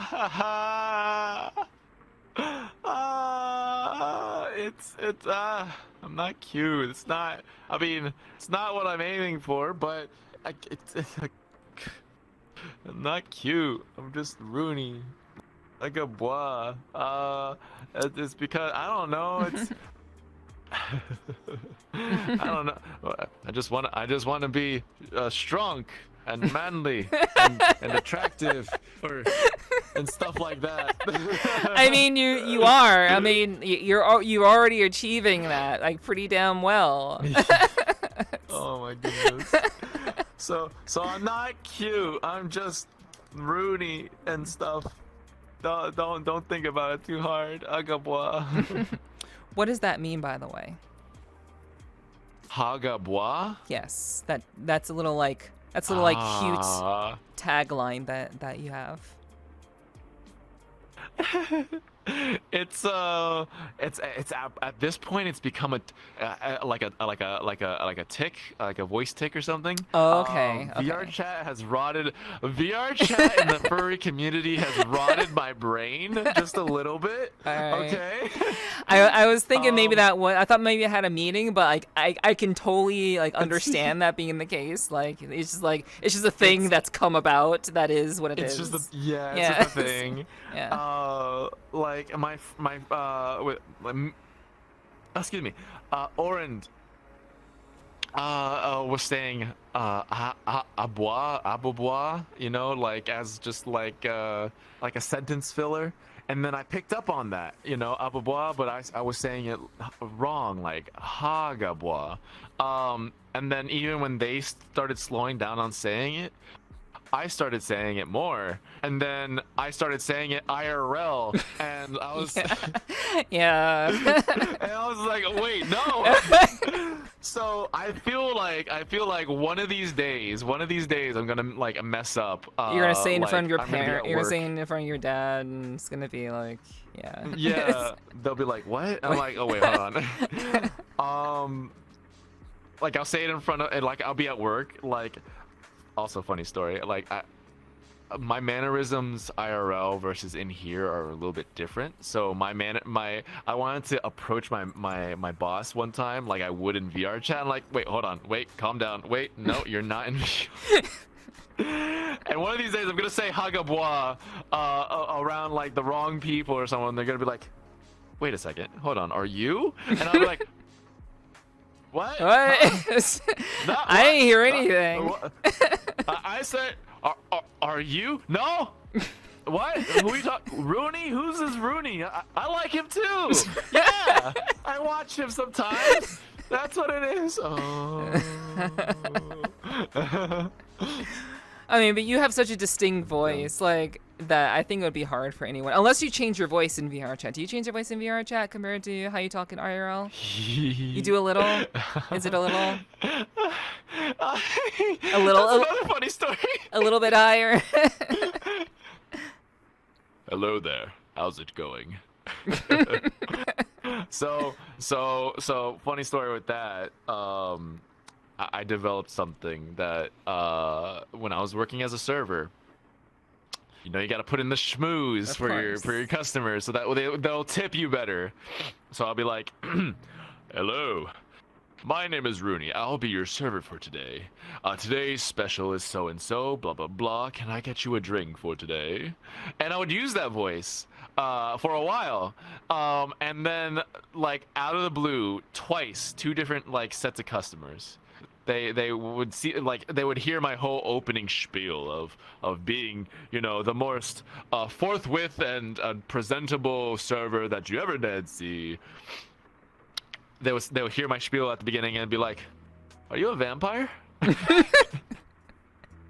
mean, and then maybe it's because I'm pale, maybe it's because of my outfit or whatever. You know, it's just a uniform, and I'd be like with my little pad, be like, perhaps. Excuse me. Perchance. So now whenever I have to like speak to somebody, sometimes I kind of bring out that voice IRL just to throw them off. Be like, hello there, how can I help you? Hey, stop running around the pool there, sonny boy, or whatever. So I do change voices, but not in here. Well, maybe sometimes, but you know what I'm trying to get. Yeah. Okay, cool. Yeah. I can respect the voice change. I definitely can. That's you know. My voice is that distinct? You think so? I thought my voice is like pretty niggaboa. No. I think it's pretty distinct. I would say.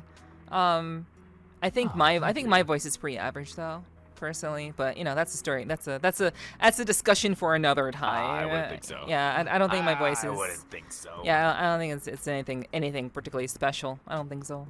But you know, it is what it is. I think we all think about that about our own voices. Yeah. All right. Well, we all don't like our own voices. And oh no, that, I like it's my all good. voice. I like my voice. I just think it sounds pretty ordinary, like comparatively. But like people seem to like it, so you know. You hear what she's saying? Let's make her regret the things that she's saying about What? being ordinary. It's very lovely. Well, thank you. I think your voice is very handsome sounding too. Oh, thank you. Yeah. Boop. See. Blah. There we go. Well, thank you so much, Runey, for joining me tonight.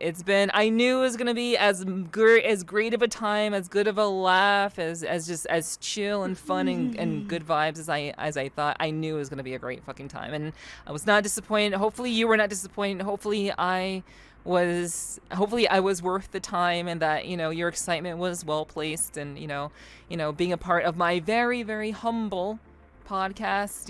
It's I people say they're honored to be on my podcast, and I'm just like, Honored?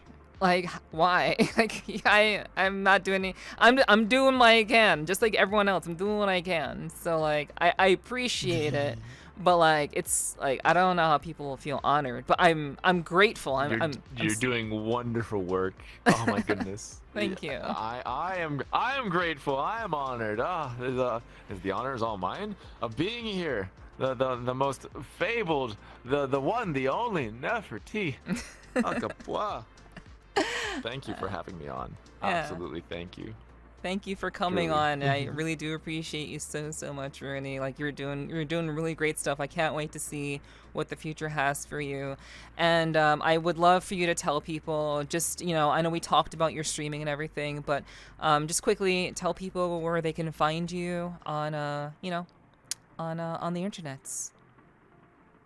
Okay. So on the internet, you'll be able to find me mainly on twitch.tv/Lirunes, Lirunes. But also I am Lirunes on Twitter and possibly TikTok in the future as Lirunes_. If you want, yeah, you'll see notifications of my streams on my Twitter.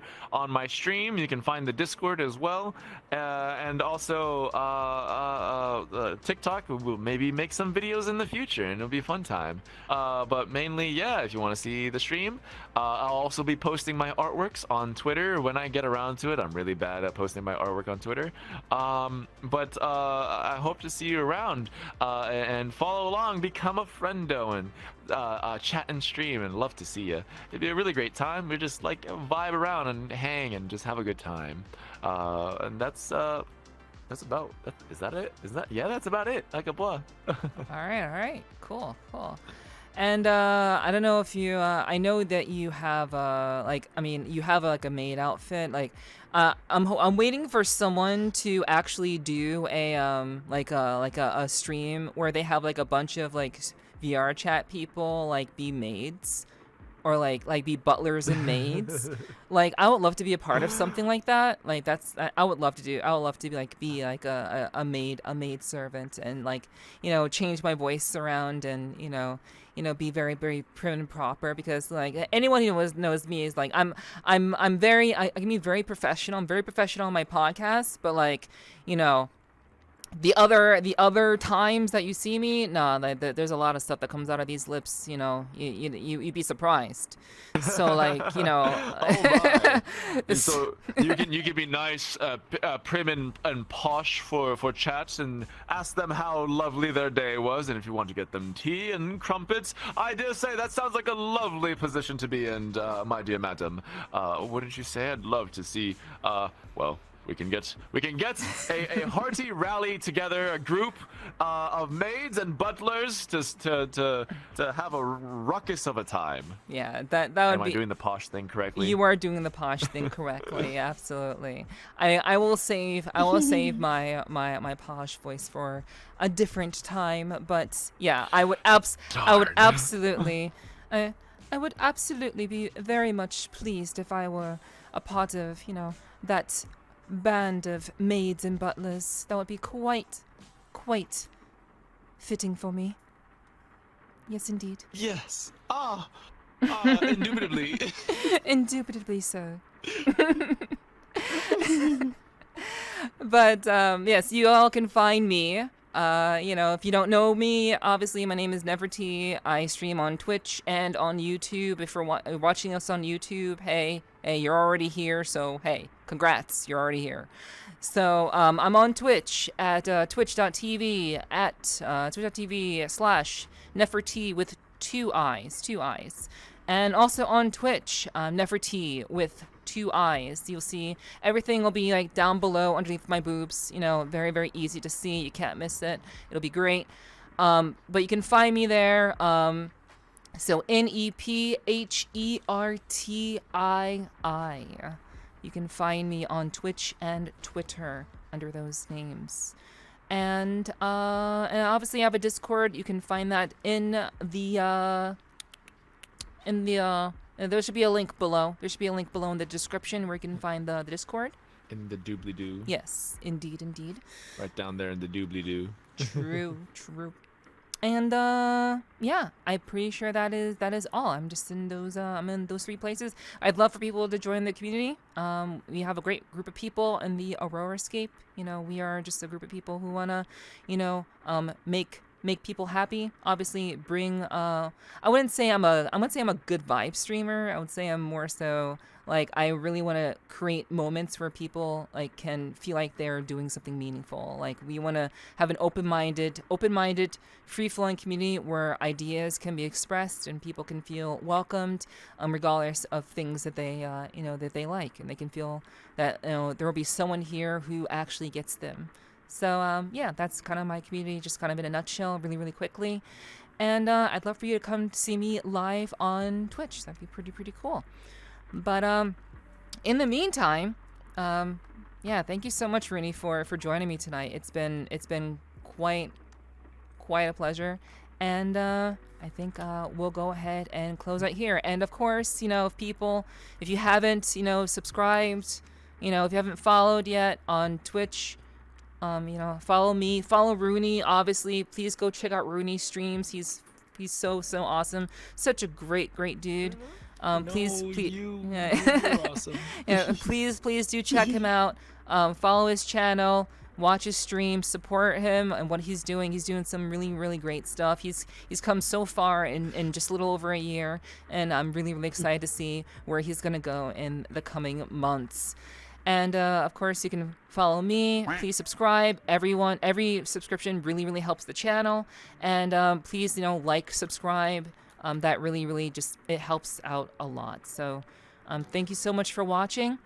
I really appreciate you all supporting what I do. And of course, there will be more podcasts in the future. So please be on the lookout. They are released every month. Every month there'll be a new podcast. So keep an eye out, subscribe, and I'll see you in the next one. Until then, take care. Bye-bye now. Bye-bye.